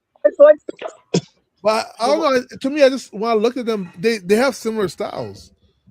You know, but I think Foster and Ray Ford got similar styles. Yeah, you're right. So. You're right. He hasn't watched Ray Ford fight or Shaqy Foster. Obviously, if you think they look alike. I said they got similar. Okay, what about their styles is similar? They're both like boxers. You know, they both box. You know. Like it's not. I won't say they're like boxer punchers. I feel like they're both like pure boxers. No, they ain't no guy. Man, Shaqy ain't no boxer puncher. Yeah, that's what I said. I think he's just a pure boxer, right? So like, but I think it just looks like when I look at it, I feel like Ford just seems a little bit more polished. Polished? Yeah, I think so. Did you see the Nick Ball fight? Yeah, Nick Ball. So Nick Ball's style was problematic for Ray Ford, right? Like that pressure style was problematic there. But also Ray Ford, and not to give an excuse, like I feel like he was struggling to make that weight, you know. So I can see why Nick Ball could beat him. But what styles make fight? When you have two people who are just pure boxers, it becomes who's a better pure boxer at that point, you know. And to me, it looks like, I don't know, just from the eye test, it looks like Ray Ford is just a little bit more polished. Like, I'll put my money on Ray Ford over Shaqy Foster. I think the one main benefit that Shaqy Foster has is his reach. You know, like he has to definitely keep Ray Ford at the end of his punches, you know. Like at his level of competition, he's fought way better fighters than Ray Ford has fought. That's true. I mean, he lost to Kelsey Sal. He lost to Conceição once, and he won once, right? Yeah, but even that first fight, I don't even think he lost that fight. To me, he lost that fight. I felt like Conceição just landed way more punches. Like we got outworked. Just because you land punches don't mean it's effective. Yeah, but when you land punches, I don't even think Conceição landed more punches though. I think so. I didn't see that way either. I thought O'Shaquie got robbed personally. Yeah, I thought they robbed. I thought O'Shaquie was doing a little bit more. What they call that thing? Sort of like posing a little bit. Like I felt like he just got worked. Like he was trying to make everything look beautiful, but like he was just getting outworked in there, That was last our first fight. That don't even make sense. A lot closer. So you put your money on Ray Ford? Yeah. I got my money on Ray Ford. Yeah. Dondrick, why you say it's 50-50? You think it's 50-50? I mean, he can get out box for real. I think if I'm gonna be honest, it's like Shock has points in a fight where he just gets bored, and that's usually in the middle rounds, and he doesn't do anything. Like he'll sit there and he'll be just sit complacent with his jab. So it's like I can see where Ray Ford could come in and he could use a combination punch because he's a combination puncher with no power. You know what I'm saying? Like he got no power. Everybody keeps saying he's not. It's decent. They both got the same gas tank. They can last the whole fight, but Ray Ford does kind of gas around the 7th or 8th round. Now he could pull something out the gas tank. I think that was just in the ball fight though, because he was a little drained for that ball fight, but he usually does pretty good with the stamina department. I think he was just a little bit more weaker when he fought Nick Ball. I think football style is like they're like counter to each other, I can see. Yeah. So that's like it was definitely a style issue there, and I feel like it was a little. They both got the gas tank though. Dondrick is about the same. They both gonna make the 12th round. They both gonna do that if they don't get stopped. Yeah. So what happens? All right, let's if they don't get stopped. Nobody. Let's check out what Eddie Hearn got to say in this interview real quick. I came across. He touched on a couple of things in this interview. I think he talks about the Conor Ben situation with the contract. I think he talks about Devin, and I think he talks about Dana White and them fighting. Now, I'm not gonna lie, y'all. I am enjoying Dana White and Eddie Hearn beefing. Because Eddie Hearn didn't have much energy when LB was calling his ass out. He wasn't doing all this when LB was calling him out. But him and Dana White are going at it. And I think Eddie Hearn wants to be a fighter for a day. I think he wants to train. I think he want to have a walkout. I think he want to get in the ring. He want to be the center of attention. I think he wants to be a fighter for a day. I just want to know what you thought about that, hearing that. Huh? You'll pay for that shit? I would pay for it. I'll watch it. And then also, if in fact you guys have had any type of communication or run-in, given that you were ringside on the night of the fight. No, I've not spoken to him. I mean, he sent me a message. It was either a second before or a second after the announcement. Okay. That he'd signed with Zuffa, not the recent one, the first one. Yes. Right. Yeah. Oh, you'll always be my guy. Oh, we like, and I was just like, I can't believe you've actually sent that, like, as you've announced it. Do you know what I mean? And then even I watched an interview with him the other day, and he goes, "Yeah, we've spoke." I'm like, "No, we haven't." He goes, "Yeah, I messaged him, before the signing." He's like, "No, mate, it was literally, it was either a second before or a second after." Do you know what I mean? You're a liar. And, you start to question everything that you stood up for. Like, I basically, I went to the absolute hill for that guy. And actually, not many things sort of weigh me down. That actually weighed me down because it was a battle. Like, I was battling with the media. I was going on TalkSport. I was screaming at Simon Jordan. I would not stand down for Conor Ben. Can I ask you a question? Yeah. If he had called you and told you, this is the type of money I'm about to make, and I can't turn it down because this is life-changing money for myself and my family, and gave you an opportunity to match it, and you couldn't, would you have given him the handshake and said, okay, before Eddie go on, I'm going to tell you my theory and my 2 cents, right? And why I think Eddie may have a case and a point. Do y'all remember? We got Jab Queen Boxing in the building. What up, Jab Queen? What's going on? Do y'all remember? Let me know if you remember this. That whole back and forth thing that was going on with Dana and when they was trying to sign Bam Rodriguez. Yeah. And they went back with the offer and Eddie matched the offer. And then they thought that they was going to take that offer and be able to go back and let them match it again. But the contract was like, once they match the offer, like that's it. Like that's like the deal is over. Like once you go get an offer and you bring it back and I match it, then like it's no more negotiating. Yeah, there's no more going back and forth. Yeah. So I think that what they did this time was say that 15 million was a one fight deal so that Eddie couldn't match it. But in all reality, it really was a multi-fight deal. You get what I'm saying? Yeah, I get that. I believe that 100%. Yeah, that makes sense. Even though they advertise it as a one fight deal, that definitely makes more sense. Right. Yeah, I'm listening. Hold on. I was just saying. And so that makes more sense. Huh? No, I was just saying, yeah, it makes more sense than a one fight deal, especially for a fight with Regis Prograis, because like you're not breaking even on that. Like on the undercard at that. Okay. Yeah, nobody's gonna give you $15 million to fight Regis Prograis. I'm sorry. And then I think they also wanted to put that propaganda in the media to make it seem like, oh, Zuffa's paying all of this money. But it's so ridiculous that I don't think people really bought it. Like everybody, somebody got to mute.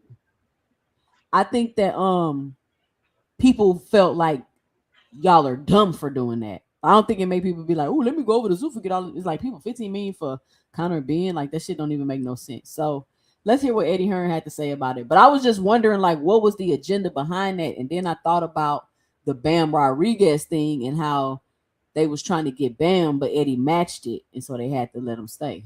She the best. Without any question. And you don't be bluffed by the whole, this was I'm just doing what's right for my family. Good. The deal you've got is unbelievable. Now we'll see how true that deal is soon when the disclosure comes out, which will be upcoming. But that's a way, like, because you run that line, everyone goes, no, I suppose, yeah, no, he's right. Like, you have got to look after your best interest. Always. But how can you not contact me and after everything and just say that? Because, in this situation, there's a couple of things you can do. Number one, you can go, you get the approach. By the way, he didn't get an approach. They went looking, which is even worse. So anyway, number one, say you got an approach. You go, thanks for the call. Just to let you know, Eddie's my guy. I'm with him. So if you want to talk to me about anything like that, speak to Eddie. There's only certain people that would do something like that. One is Anthony Joshua. Another one is Tony Bellew. Right? And there's probably a couple more that I believe in like that. They're the ones that go, I don't even want to hear it. I'm with Eddie. Do you know what I mean? Which, by the way, is an unbelievable loyalty, because I wouldn't blame you for saying, well, how much is it? Do you know what I mean? And then coming back to me. Then there's the one who takes the call, takes the offer, and goes, I'm going to have to speak to Eddie about this, which is the bigger percentage of people. Then there's the slag, the dog, that goes, yeah, fuck Eddie. Like, fucking whatever. Like, don't tell him. And just send him an email. And like, I'm off. That's the lowest of the low. Right? So, because I know, I've been in loads of situations before, when Tony Bellew was going to fight David Haye, representatives from David Haye reached out to Tony. Shout out to Jab Queen Boxing with the $5 in the Cash App. Just sent the fire emoji. Shout out Jab Queen Boxing. Jab Queen, what you think about all this? What's your 2 cents? What you got for me?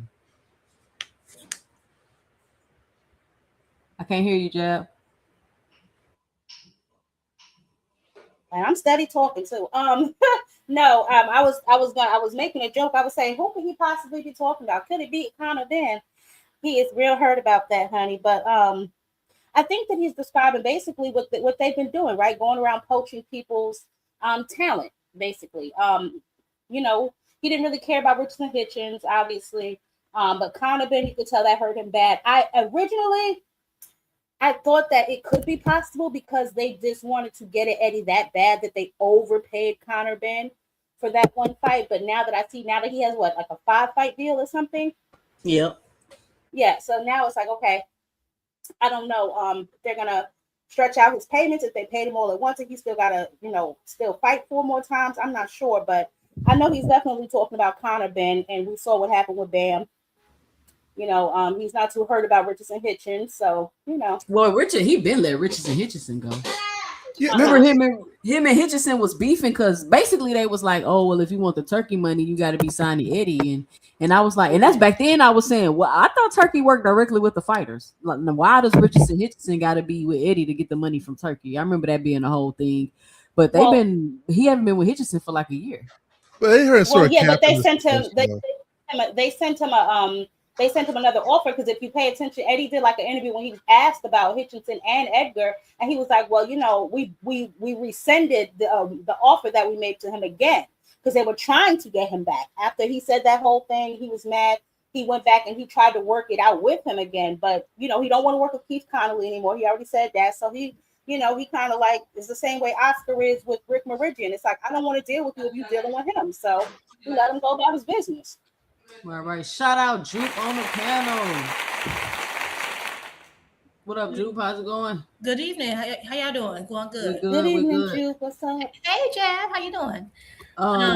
Hey, what you got? How long you been here, Juke? What you got for the show? Oh, I just came in like the last maybe 10 minutes. I was listening to what you guys talking about with Eddie Hearn and all that. I agree with what Jab Queen said. This man is really upset about this Conor Ben stuff. Like he is not letting it go. I gotta understand, but I was like, y'all like best friends. Like, what is going on? But you know what, Juke? Because that drug thing with Conor Ben, that was a big deal. And first of all, I couldn't understand. I guess because he was coming up as UK's next star, maybe. Like, I never really rocked with Conor Ben. I never seen what was so special. But that drug thing was a big deal, and they was on Eddie Hearn head about Conor Ben and that drug. No, that you're right, and I think, and maybe that is part of it because Eddie, I will say, when his fighters pop, he will like. I don't know if y'all remember the whole Dillian White situation. Like he will really, he gets them cleared somehow. Okay, so I can understand he gonna get the fighter clear. He'll sleep it on the rug, all kind of madness. And so maybe he felt like, hey, you should have been loyal to me, blah blah blah. The thing that's so interesting about everyone who seems to be the most vocal as far as being upset with Dana White and is that they put him in position. You know what I'm saying? They kind of lined themselves up. They kind of rolled out the red carpet for I think that they thought, I don't think they have an issue. I think they thought that they were going to support Turkey, let Turkey use their fighters, do what they want to do. And then when they got time to set up, I think they probably knew something like Zuba was coming or he was going to try to do his own thing. They thought that they would be at the helm.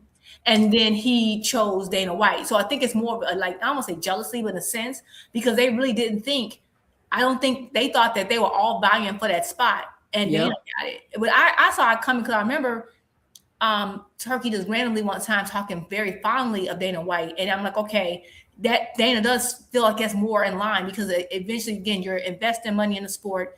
You eventually want to make a profit, and so you're gonna have to start cutting, right? So that's what's so funny. Like Dr. De La Hoya is very upset. Eddie's very upset, but it's like y'all were the main ones. Like y'all just rolled out the red carpet. I mean, and understand one thing working with people because you want to work with other people, but they just, I mean, Oscar De La Hoya did a Mexican day in Saudi Arabia, right? Like you really let him. You created your own problem. Like you live like this is Frankenstein. Like you're Frankenstein, and now you're complaining about the monster, Frankenstein's monster. But nothing I was gonna say. I heard you guys talking about the purse about the 15 million thing with Conor Ben. Oh yeah, Eddie about to talk about it right here. Let me. Okay, go ahead. It's just like people get that confused between the well, he had to do what was right. 100%. The money's crazy. And what he should have done was phone me up and gone, Ed, I've got a problem here. This is the deal I've been offered.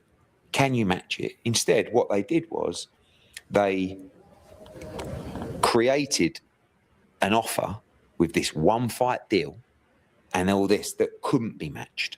And that was even worse. And that's why they will be found out. Because what's done in the dark will always come to light. But the way it was dressed up, we're not idiots. We know exactly what they've done. And we know the kind of people that are involved.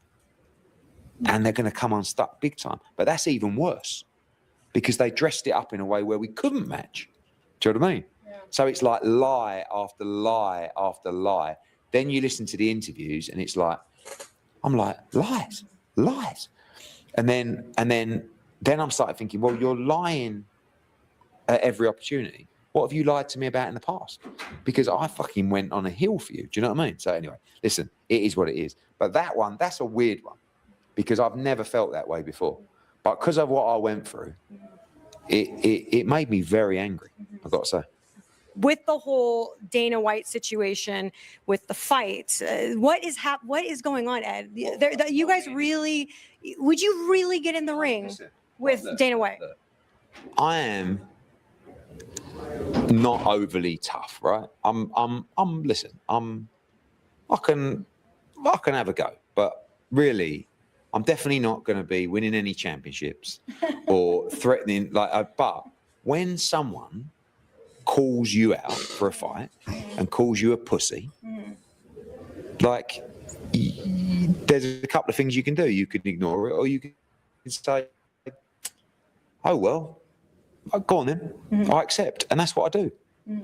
Like, I'm not saying I'm going to go in there and knock him out and all this. I might get beat, but I'm not having some muppet call me a pussy and call me out for a fight on Piers Morgan's show, right? Oh, Eddie won't fight me. Yeah, I'll fight him. He's a pussy. He won't fight me. So I come out and I said, oh, I'll fight you.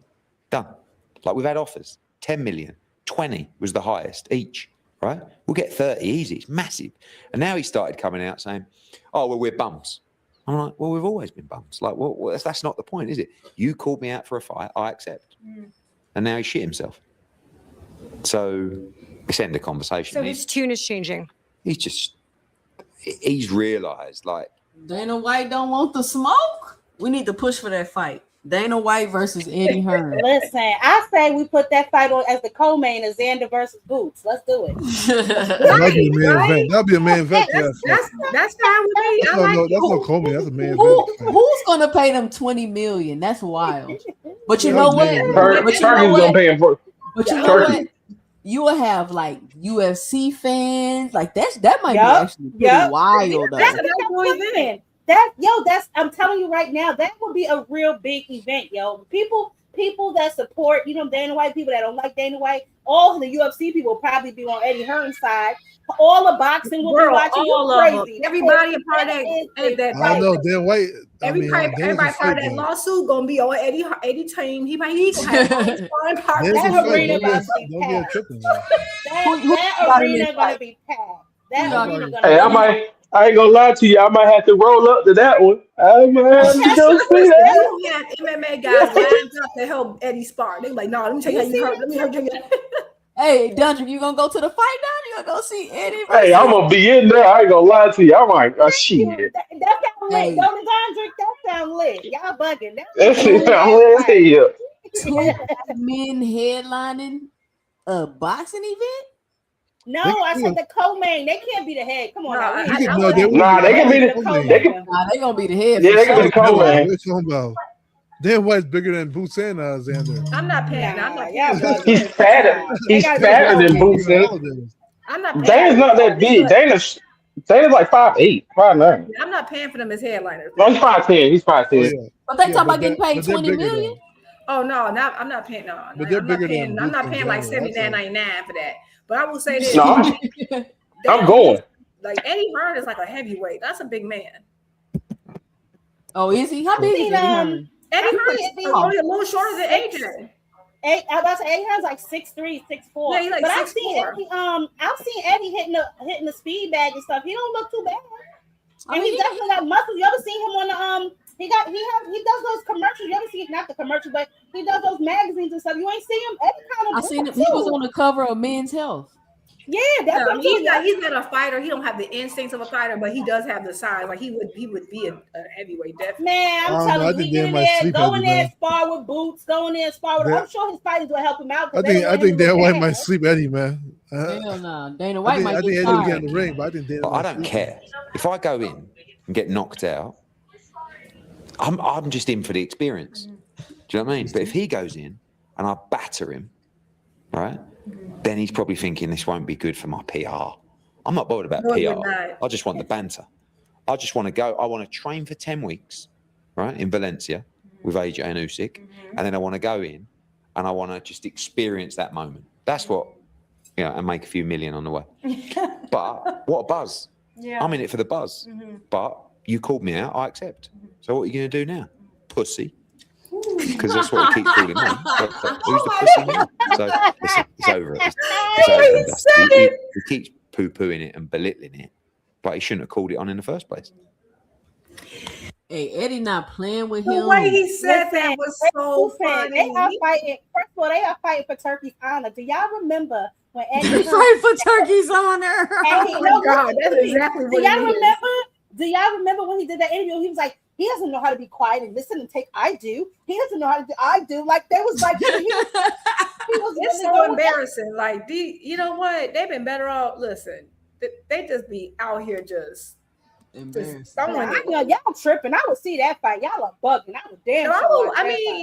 Hey, let me say something. If I'm outside and two folks get the fight, you know everybody gonna look. I mean, it is what it is. It's a fight. But to say, you know what's crazy? I feel like Eddie's BSing a little bit, right? He keeps talking about Conor should be loyal, this and that. But if Conor wasn't winning, he would drop him. Like, what are we talking about? That's dumb like, that you saying that, Boxer Hacker, because Conor just got caught cheating for drugs. He ain't drop him. But So he was what still worth he lost the first Eubank. He He lost the money. first He was at that Eubank point. fight. What are you talking All he about? did was a PR thing to keep talking about? his investment up. That's it. No, that's not what Name the last person he's dropped because they lost. If Conor ain't winning, he is not going to decide to. Eubank fight. Did he lose the first Eubank fight? Yes or no? Yes, but Did guess Eddie what? drop him Money in after the he lost rematch. that fight? Wait. Now think about it. Who has Eddie dropped because they lost? Sorry, Jab Queen. There was still money for him to go back because he's Nigel Benn's son. If he was just out here losing every fight, Eddie can't keep him. I don't care how much. Nobody gonna keep you. Who has Eddie dropped? Who has Eddie dropped? Because they were losing. Who has he dropped? You said what? I'm trying to Who think. has Eddie dropped because they were losing? Somebody got a TV in the back. Listen, guys, it's all about the people winning. I know. Who has Eddie dropped because they were losing? It's all about people winning. The only reason these promoters pick you is because they think you can win. I don't know who he has dropped. No, okay, so that's what I'm saying. Okay, so let me play this. It's been such an interesting turn of events because I know at one point you guys were really quite cool. Yeah. Right? Like I remember. I honestly like boxing best out there. Black vision. And I'm like, all right, okay, it's like that, is it? And then he's carried on. You know, when they signed Conor Benn, I called him in or out the ring, but this one's out the ring. It's motors. Okay, no one's talking about anybody else, Dana. First of all, now he's fighting over Conor Benn love. This is crazy. Eddie Hearn down bad. Oh my goodness. You stole Turkey from me. Now you stole Conor Benn from me. He want that fight. He want that smoke. I've been saying Turkey set them up so bad. Some of the fighters and the promoters, they just like it was okay. It's one thing to work with them. The one thing you shouldn't work with them. You know, you want to get everybody to work with each other, but they really just sold them their own folks out, their companies out, their brand out for them. And look, you know, now you sitting here fighting like two hookers in the streets to appease them. Look at the mess. It's just. I mean, that's not necessarily what happened because I remember a while back, Oscar De La Hoya was starting to complain about that. He was like, what the hell? You calling the fighters behind our back? You're not supposed to be doing that. I think that's when he started paying attention. Like, hold up, he ain't just here to help. He ain't just here to be a fan. He out here really trying to coach our talent. Eddie, no, remember, Bob Arum said the same thing. Oh, my bad, y'all. I was trying to find a part. Let me see if I got it. We're here, but you know what we're going to pay. And he's made a lot of money. So it's him or to make a statement. Take it. And he will take it. I think he's going to sign for Zuffa because our number. Yeah. Based on how expensive, sort of being a bit too expensive to pay when. Different. Shout out to IFL TV. I'm going to take a bit of what you said to them earlier today when you said. All right, this is the last clip. We're going to give our 2 cents and we're coming up 2 hours and I'm going to hop off. But let's listen. When you're talking about Devin Haney and it's sort of being a bit too expensive to sign him based on how expensive his purse is. I mean that in the most respectful way. Like, I love Devin, but like Devin knows our number. Yeah. He's not really interested in that number. Do you know what I mean? And we're not falling out, but if he can get a crazy deal from someone that really needs him or to make a statement, take it. And he will take it. I think he's going to sign for Zuffa because they'll pay him well over the odds. And I won't. Do you know what I mean? So that was what I was talking about by that. You know, I always say to Devin, listen, if you ever want to fight, we're here, but you know what we're going to pay. And he's made a lot of money. So good luck to him. What would be like, what would he need to do or who would he need to fight to be able to like make it worth that for you then? That's the thing. Like Devin in a big, Devin against Ryan Garcia. Devin's got great value, but Devin against just a defense, there's a ceiling to the purse. And he's not interested in that money because he's made a lot of money. And he's right, by the way. I get it. But, we'll always be there for each other. But he also knows this is the kind of number that I would pay. And it's probably miles away from what Zuffa will pay because they're desperate and they need talent. So if they can get Devin Haney and pay him double or treble what anyone else is going to pay him, why not? Yeah.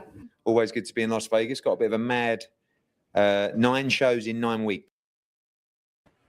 All right. That is what Eddie Hearn had to say about Devin the Dream turns into a Nightmare Haney. Basically, he's saying he might end up going to Zuffa because at this point, that is probably where he's going to be able to go to get what he's asking for because they're looking for talent. So, I mean, that's fine if Devin goes to Zuffa. I don't think nobody really cares if Devin's going to Zuffa. Well, at least the point that I'm trying to make is that all of this image and all of these things that's been going on all of these years is going to say a lot if you go over and sign to Zuffa. I mean, if he signs for like a 1-fight deal or something, I don't think there's a problem, or a couple fights. No, but like at the end of the day, you got to make your money, man. That's all it is for in that situation. It's all these promoters are literally it's all about the business. It's not really about. I don't think A-Hurt is trying to save boxing. I don't think Oscar De La Hoya is trying to save boxing. They want to monopolize the fighters for themselves. That's the reality of it, right? And Zuffa's trying to do the exact same thing, but on their side, So who's trying to monopolize the fighters for themselves? De La Hoya, Matchroom, Golden Boy, they're all trying to. PBC, they all want. If they could have it, they control everything. Each and every one of them will probably do the same thing. Like what we're saying, that's the main goal. That's their bottom line. All this other stuff, that whole fire should be loyal. Fox Hacker, what are you talking about? I was about to say the same thing. Yeah. Me too. So for instance, Oscar like Golden Boy.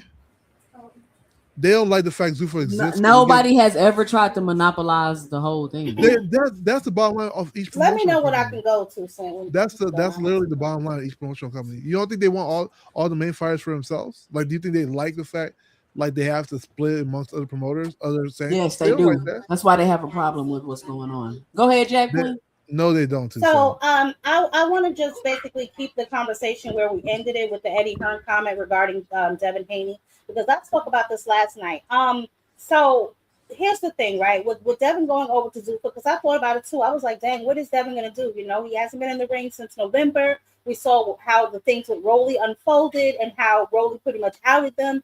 But here's the situation, right? If he goes over to Zuffa, he's going to have to drop his belts, right? Which is then going to make him pretty much really irrelevant, right? Because without those belts, let's be honest, Devin Haney, because we see he's struggling with the belts to get a fight, all because they don't want to put up their fair share.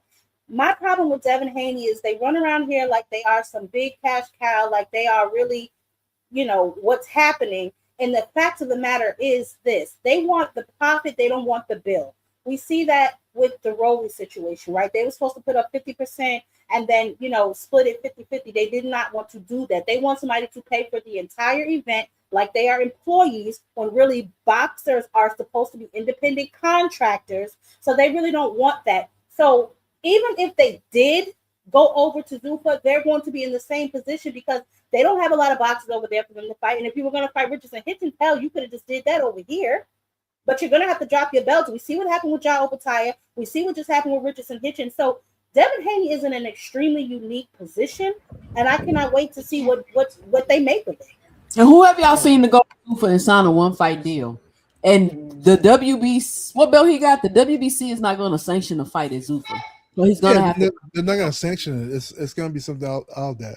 But also, Devin Haney didn't want to like pay for anything when he came to the PBC. The PBC was offering something that he didn't like. He didn't like the payout because it was all through their terms, and he didn't like that. Wasn't that? That's what happens when you go through a promotional company. How you want terms and you don't want to put no money up? You don't put no. Wait. PBC is not a promotional company. The other promotional company is GTB, right? Is the one that's rolling with. PBC is doing the payout, and they don't like how PBC is handling it. Okay, well that's fine. Go to Zuffa then. 2 cents. That's how everybody else does it. That's how everybody else does it, though. Why does we keep bringing that up? Right, regardless of your IC, I just don't think that I don't think that Boxing Hacker really understands how business works, right? So you always have to pay. You always have to pay your expenses before you see a profit, right? So what PBC was basically telling him was, and by the way, the only reason that Devin Haney was even able to get that is because of the Ali Act. But we'll battle on different sections, right? So guess what? When it comes to Rolly, his promoter is going to pay the upfront cost, right? But then they're going to collect the money from PBC. What DHP doesn't like is a payout that PBC is trying to do because PBC is trying to say we're going to pay $6 million expenses first, and then whatever we have left after we pay the $6 million expenses, we're going to split it between. That's what happens in every business when you co-promote. What are you talking about? Boxing Hacker always works. Let me know when I can go. Because this is what happened. Boxing Hacker is fans of these fighters. No, it's not. That want their listen. Boxing Hacker, you gonna overtalk me? Do I need to put you in timeout? Go ahead. Boxing Hacker, it's crazy how like these people are just keep rooting on and promoting this. Pay me everything I want up front. It doesn't matter if I generate it later, if you lose money, and I don't give a fuck about none of that. Just pay me up front what I want, all of it. Pay me all of it right now. And unfortunately, that's not a business model that's going to work for them over at PBC. Fighters get flat fees too, so you know that, right? He didn't go in as the fighter. They were there as the promoter. Right. But even if you're a promoter, you can still get a flat fee. You do know that. Like the network can still pay you a flat fee. You said, "Can I go?" It depends how you go back and forth. Hold on, Boxing Hacker. So isn't that what the purse? Isn't that what the purse is up front? A smaller guarantee and then a bigger back end. Isn't that how they operate? Well, isn't that how all of the promotional companies operate? No, that's not how all the promotional companies. It depends how you negotiate the contract. That's why they go into negotiations. Listen, Devin Haney. It's not always like that. Listen, the point is Devin Haney's not willing to put up anything. Hold on. The point is, listen. The point is Devin Haney's market value outside of a guaranteed deal is just not what he thinks it is. So you're right. It was a bad deal for him. So he needs to go to Zuffa. He needs to go to Zuffa where they're desperate for talent and willing to pay Conor Benn I don't care what they paid Conor Benn $15 million for. They're willing to pay millions and millions of dollars. They're not worried about your market value. That'll be perfect for him. But that legacy talk, this whole legacy thing and all of y'all, and he go to Zuffa and he have to drop them belts, and he's no longer fighting for belts and doing all that. He's over at Zuffa fighting for a Zuffa belt. All that legacy shit is out the window. For your uniform. So let me let Juke go. Go ahead, Juke. Yeah, I was gonna say, in terms of what Eddie Hearn said, that that makes sense, and it's something similar that he said before, something similar that Bob Arum said, and I know it was saying something about want to monopolize boxing and get all the stars. Well, Eddie Hearn had the opportunity, and he's saying we absolutely will not pay you more than this. Now, did he do that with Boots? No. I think they see a little bit more value in Boots. They see a little bit a longer trajectory with Boots. So you're seeing that him and DAZN, that Matchroom and DAZN is kind of going a little bit more full throttle with that situation. So I don't think, like you said, I don't think anybody will be mad if Devin Haney signs to Zuffa either. Like no one's gonna be upset about it, right? I just think that it will be a huge hit to the brand. All the stuff they've been talking, like you said, we're fighting for belts and legacy and blah, blah, blah, blah. And you're going to give all that up. And then also, we want to make all the big fights. Well, unless he's going to sign some type of package deal where he's signing the entire 147 division or he's signing, all these other big names for you to fight, I don't know how that's going to look like, even if it's for one fight deal, because it's showing that you had no other options. Everyone, Devin fans, everyone has been saying, 4 months, Zuffa's just going to be something for the smaller fighters, the up and coming fighters, blah blah blah. So if you have to go to an upstart when you're supposed to be established, and you were just saying he's the face of boxing, that's a huge hit. That's a complete contradiction to the entire the entire brand and the thing they're putting out. And then another thing is we're talking about like what Eddie Hearn said about like his issue with PBC. Devin, I went back and read his tweets to make sure I wasn't tripping. Devin said nothing about payout. He said that his issue that they gave him a bill of $6 million. $6 million expensive, they would split it. That's how you do business. If I'm going to business with you, 2 Cent, 2 Cent with you, and we go into business together, okay, let's say we want to open up a sandwich shop. We have to buy the things, the deli meat, we have to get the brick and mortar, we have to get the water on, we have to pay all these expenses before we start making money.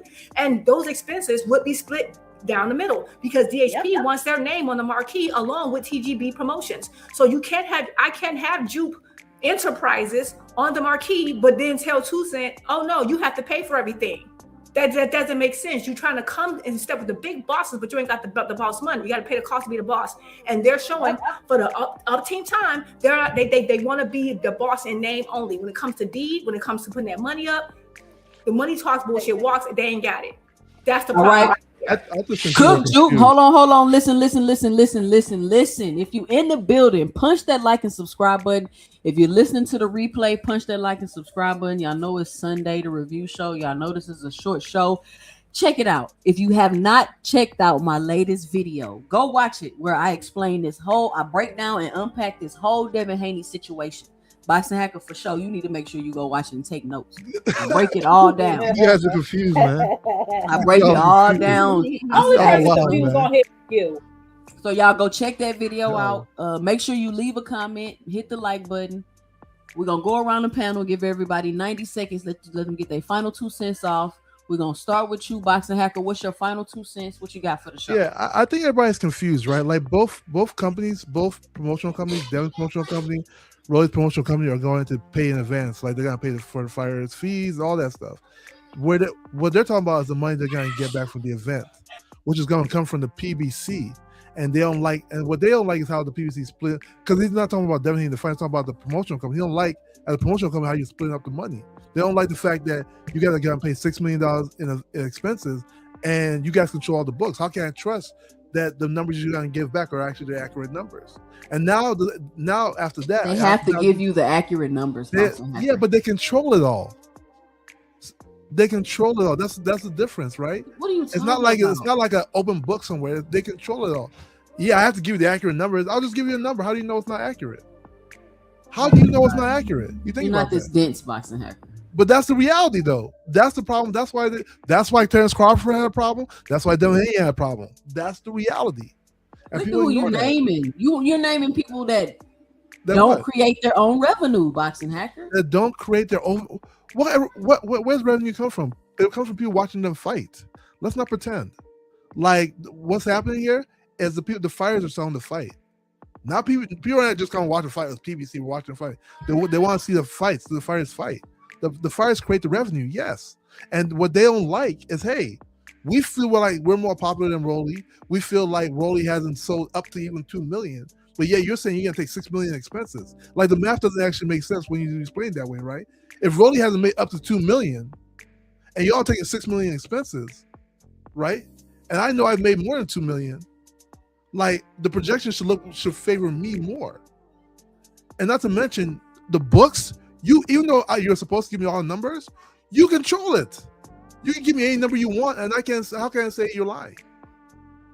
So like all those things come into effect. Like, and people just look at it from, oh, like he should bet on himself. It's not about betting on yourself. You're taking a gamble that these guys are going to be honest with you, and why should you? This is the same. Like, all right, that's reality. You know, so I just want to put it there. You know, like I think people are just being like a little bit biased versus one side, not looking at both sides of the spectrum. You know, I can understand. Of course, Rolly will be good with it because Rolly is with like a proxy promoter for PBC, right? His promoter is like a pure proxy for the PBC. So like he's good with it. They're gonna take care of him. But third party like a Devin Haney or Crawford, they're not gonna feel comfortable because guess what? You have no ties to me. So how do I know you're gonna do right by me? So it's just like that. And with that, I'm done, guys. Salute to the panel. All right, thanks, Boxing Hacker. I don't know what the hell he is talking about. So you worried about them not showing you the real numbers, but you're supporting the people that's not gonna show you numbers at all. I need more crackers than that. Give me 2 more. It's crazy work. Jude, what's your final 2 cents? What you got for the show, Jude? I just want to clarify to everybody because I know sometimes people like to muddy the waters when it comes to Devin Haney's complaint. Devin Haney's complaint said nothing about the payout. He said nothing about distrusting the numbers, about not getting the real numbers. What Boxing Hacker just did was try to conflate 2 different separate situations. Chance Crawford's initial complaint, which didn't even hold up because after the fight, you notice that he didn't have any type of fear about the books or anything, right? You notice that all the books and all that went out the window. Apparently the books were fine. The money was fine. He was happier than he's ever been. We've seen him everywhere since. Devin Haney didn't even make any of those complaints. He specifically spoke about the expenses that he would have to pay a portion of because he would be a co-promoter in the event. He said nothing about PBC and the way they split the money up and all that stuff that the hacker said. He imagined it. Now go to Devin Haney's page right now. You will not see him make any of the claims that Boxing Hacker is bringing up. Boxing Hacker just bringing that up to defend the fact that Devin ducked. And I'm sorry he did duck. And when it comes to how do I know the expenses? Okay, so no one's ever sued. Everyone, PBC been doing this for over a decade, and everyone's money came out. But it's only going to be, and they work with people third party. Remember they worked with Fury. Remember when they worked with Fury? Fury had no promoter. This is before he signed with Top Rank. He did a whole fight with Deontay Wilder and didn't have this issue, and Fury's a bigger name. Brought in bigger numbers, but somehow Devin, who doesn't even generate money like that, is going to have this huge concern. They're going to rob him of all people. We got to just stop being silly about stuff. And you know what? People are going to be silly because there's no other defense. There's no other defense. So they have to make up some imaginary boogeyman that's not there. Devin, if he goes to Zuffa, good for him if that's what he wants to do. This does kill every argument his fans had though from here to now. It will destroy it. And so that's why they're now trying to rehabilitate the image of Zuffa when they all were just saying, not even a month ago, this will only affect the small guys, the small names. So what you would now have to admit to is that Devin is also a small name. That's what you would have to admit to then, because that's what you guys said, right? That's what you said. So I don't know. I don't have a problem with Zuffa. Do your thing. I'm concerned about their practices. I hope that it works out. And what he was saying about, I think it was Eddie Hearn was saying, was Zuffa going to spend a lot of money because they're desperate, they need names. But also by Eddie Hearn stating that we're not about to pay him over here. We're not about to pay him. He's kind of hurting Devin's bargaining power, right? He really is by the situation falling through with PBC and TGB or whatever. By that falling through, okay, they didn't want to. You wanted a upfront fee. You want them to pay all this. They said no. Now Eddie Hearn's over here saying no. So if Turkey sees this, Dana White sees this, they know that you don't have a lot of wiggle room in negotiations now. Right. And I kept saying that's what they're going to do. He's going to overpay them, get them their heads pumped up, and then make them burn bridges elsewhere. Once he does that, because he said, maybe like Boxing Hacker had a good point. Maybe he might just sign 1 or 2 fight deal. Well, if he can't get anyone else to play, it's going to be more than a 1 fight, 2 fight deal, isn't it? He's going to be there the rest of his career, seems like. That was the point. And I said this was going to happen over a year ago. I don't see how y'all couldn't see the play. Because if I can't work well with PBC, I have an issue with Bob Arum. And now my old promoter is like, I work with you, but you taking this. Where else is there to go? Facts. That's the fear, but that's all I got. Shout out Chef Jupe in the building. I hate my Sunday show is so short. Jab Queen Boxing. Great to have you on the show today. Close us out, Jab Queen. What's your final 2 cents? What you got to say about all this? So we know the boxing hacker is completely insane, right? But let me just say this. I really don't think that Eddie is hurting Devin's market value, because I believe everybody knows Devin's market value, right? We remember the Sandor Martin fight when he said, I'm not about to lose $1 million on the Devin Haney fight. You know, we heard Top Rank, Bob Arum say Devin doesn't sell. We heard, Oscar De La Hoya say Devin doesn't sell. I think the only person that doesn't realize that Devin doesn't sell is Devin and his fans. If he goes over to Zuka, he will have to relinquish those belts. There's no ifs, ands, or buts about it. Dana White didn't really think this whole thing through, and, constantly disrespecting the sanctioning bodies while trying to build your company didn't really help. You know what I mean? So, like I said, Devin is in a really tough position right now. I suspect that he really knows his market value. If y'all remember briefly, he was going to go fight on, what was that, Black Planet? Not Black BLK Planet. Prime. BLK Prime. So, you know what I mean? He knows what he's really worth. I think that his biggest issue was he probably never seen the event's cost sheet. You know what I'm saying? Because he's never had to pay it. He's never probably been asked to put up for an event. You heard Eddie Hearn before. You have a promotional company. Why don't DHP put on some fights? Look, I don't know if you've seen my last video, Jab Queen, but if you watch it, I got the clips of him saying these things. Like, when you're with Turkey Al-Sheikh, you don't got to worry about putting asses in sheets, sponsorships, tickets. Like, he's literally like, I don't want to worry about all that. I just want to get my check. Like, I want to be an employee. You want to be an employee, so stop running around here like you a boss, because you're not, and it shows every time. You know what I'm saying? So I don't know. Devin, his last opportunity, if Turkey is no longer interested in putting him in big events, because as we can see, he's scaling back. People can say what they want, but if the writing is on the wall, Turkey Al-Sheikh is scaling back. He's being very selective with the fights that he's choosing to put on. Now, it looks to me like he's more interested in heavyweights than anything else at this point in time.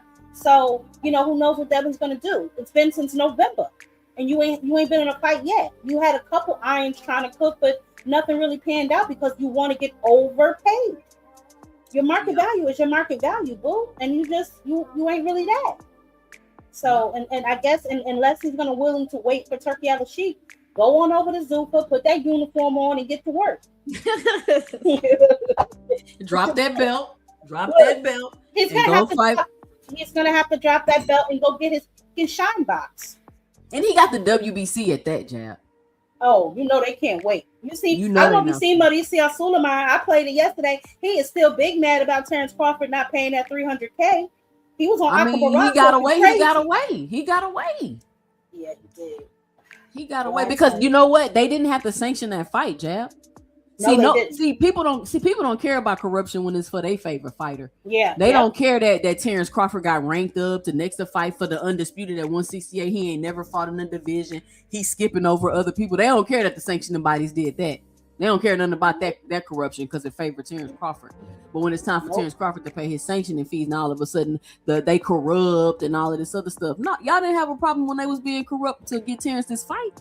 So he needed to pay his goddamn own sanctioning fees, because if they didn't sanction the fight, he wouldn't even have the money in the first place. Let me run a theory by you, Two Cent, because I know sometimes I be going down rabbit holes. Let me see if somebody's gonna run down it with me real quick.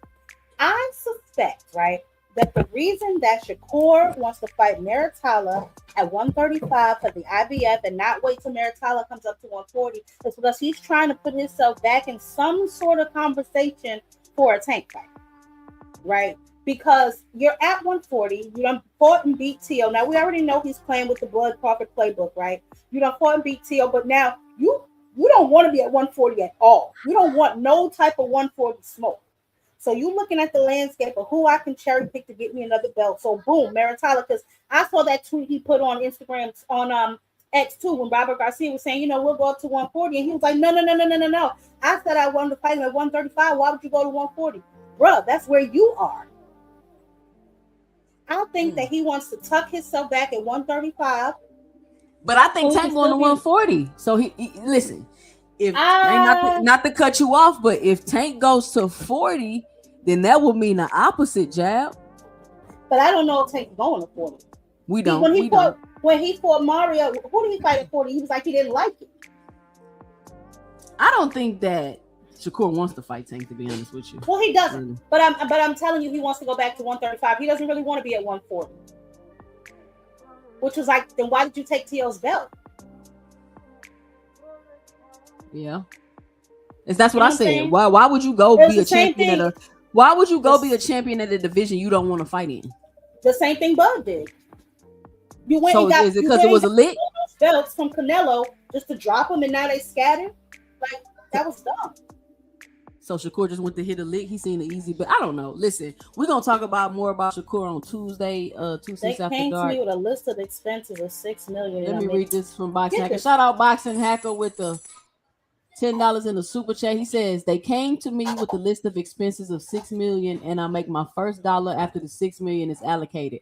On top of it all, I split it 50% with Rolly, who hasn't made $2 million. Devin, Juke line. First of all, Boxing Hacker, you're gonna get paid after the expenses is paid. This is why I told you he knows nothing about business. He knows nothing about business. You keep repeating this like you got a point. You don't have a point. He knows nothing about business. How does Devin know how much money Rolly has made? How come Devin be knowing everybody business, Boxing Hacker?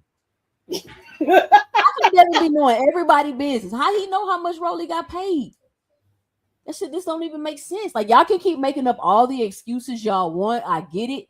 It don't change the fact that outside of a guarantee, Devin Haney got a low market value.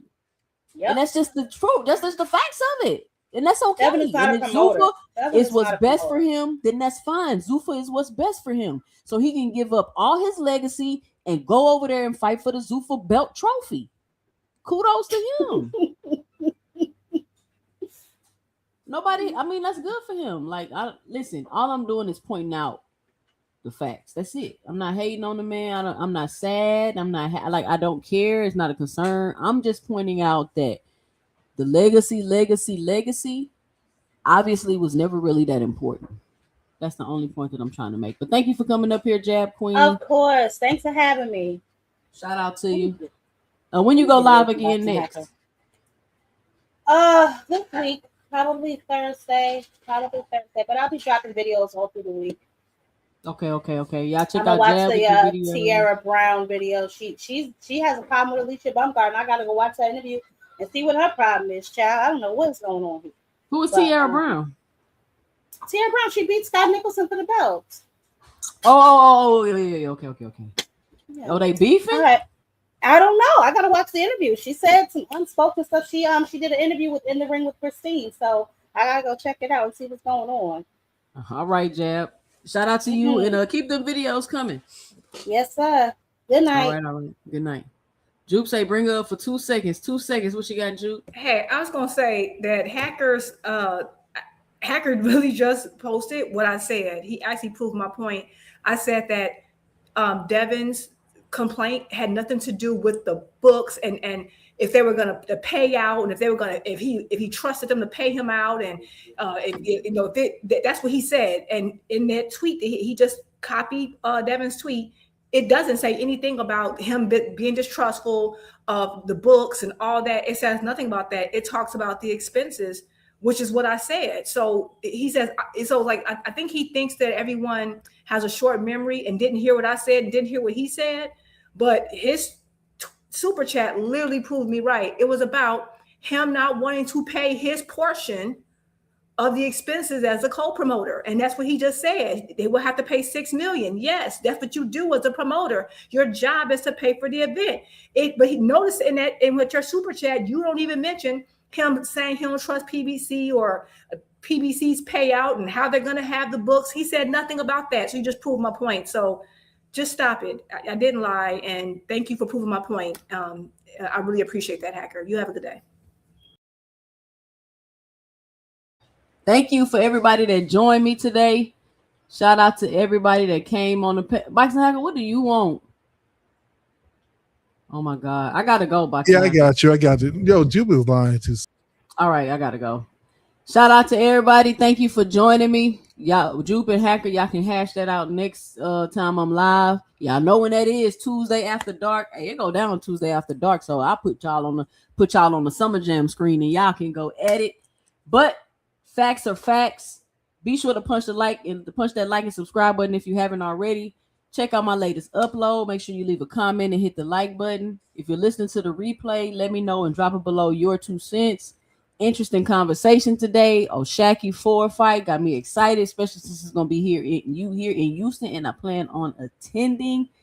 Big Baby Miller came out with the UD. We probably gonna see him fighting again next month. He's the most active heavyweight I've ever seen. Krishan Rock wins her first fight. Shout out to her. I hope she got a future in boxing. And listen, if you don't want your host all in the videos, timing you out, muting you on the panel while you trying to talk, kicking you off, leaving you in the background, come on over to 2 Cents Boxing, where we talk everything boxing and everybody's entitled to their own opinion.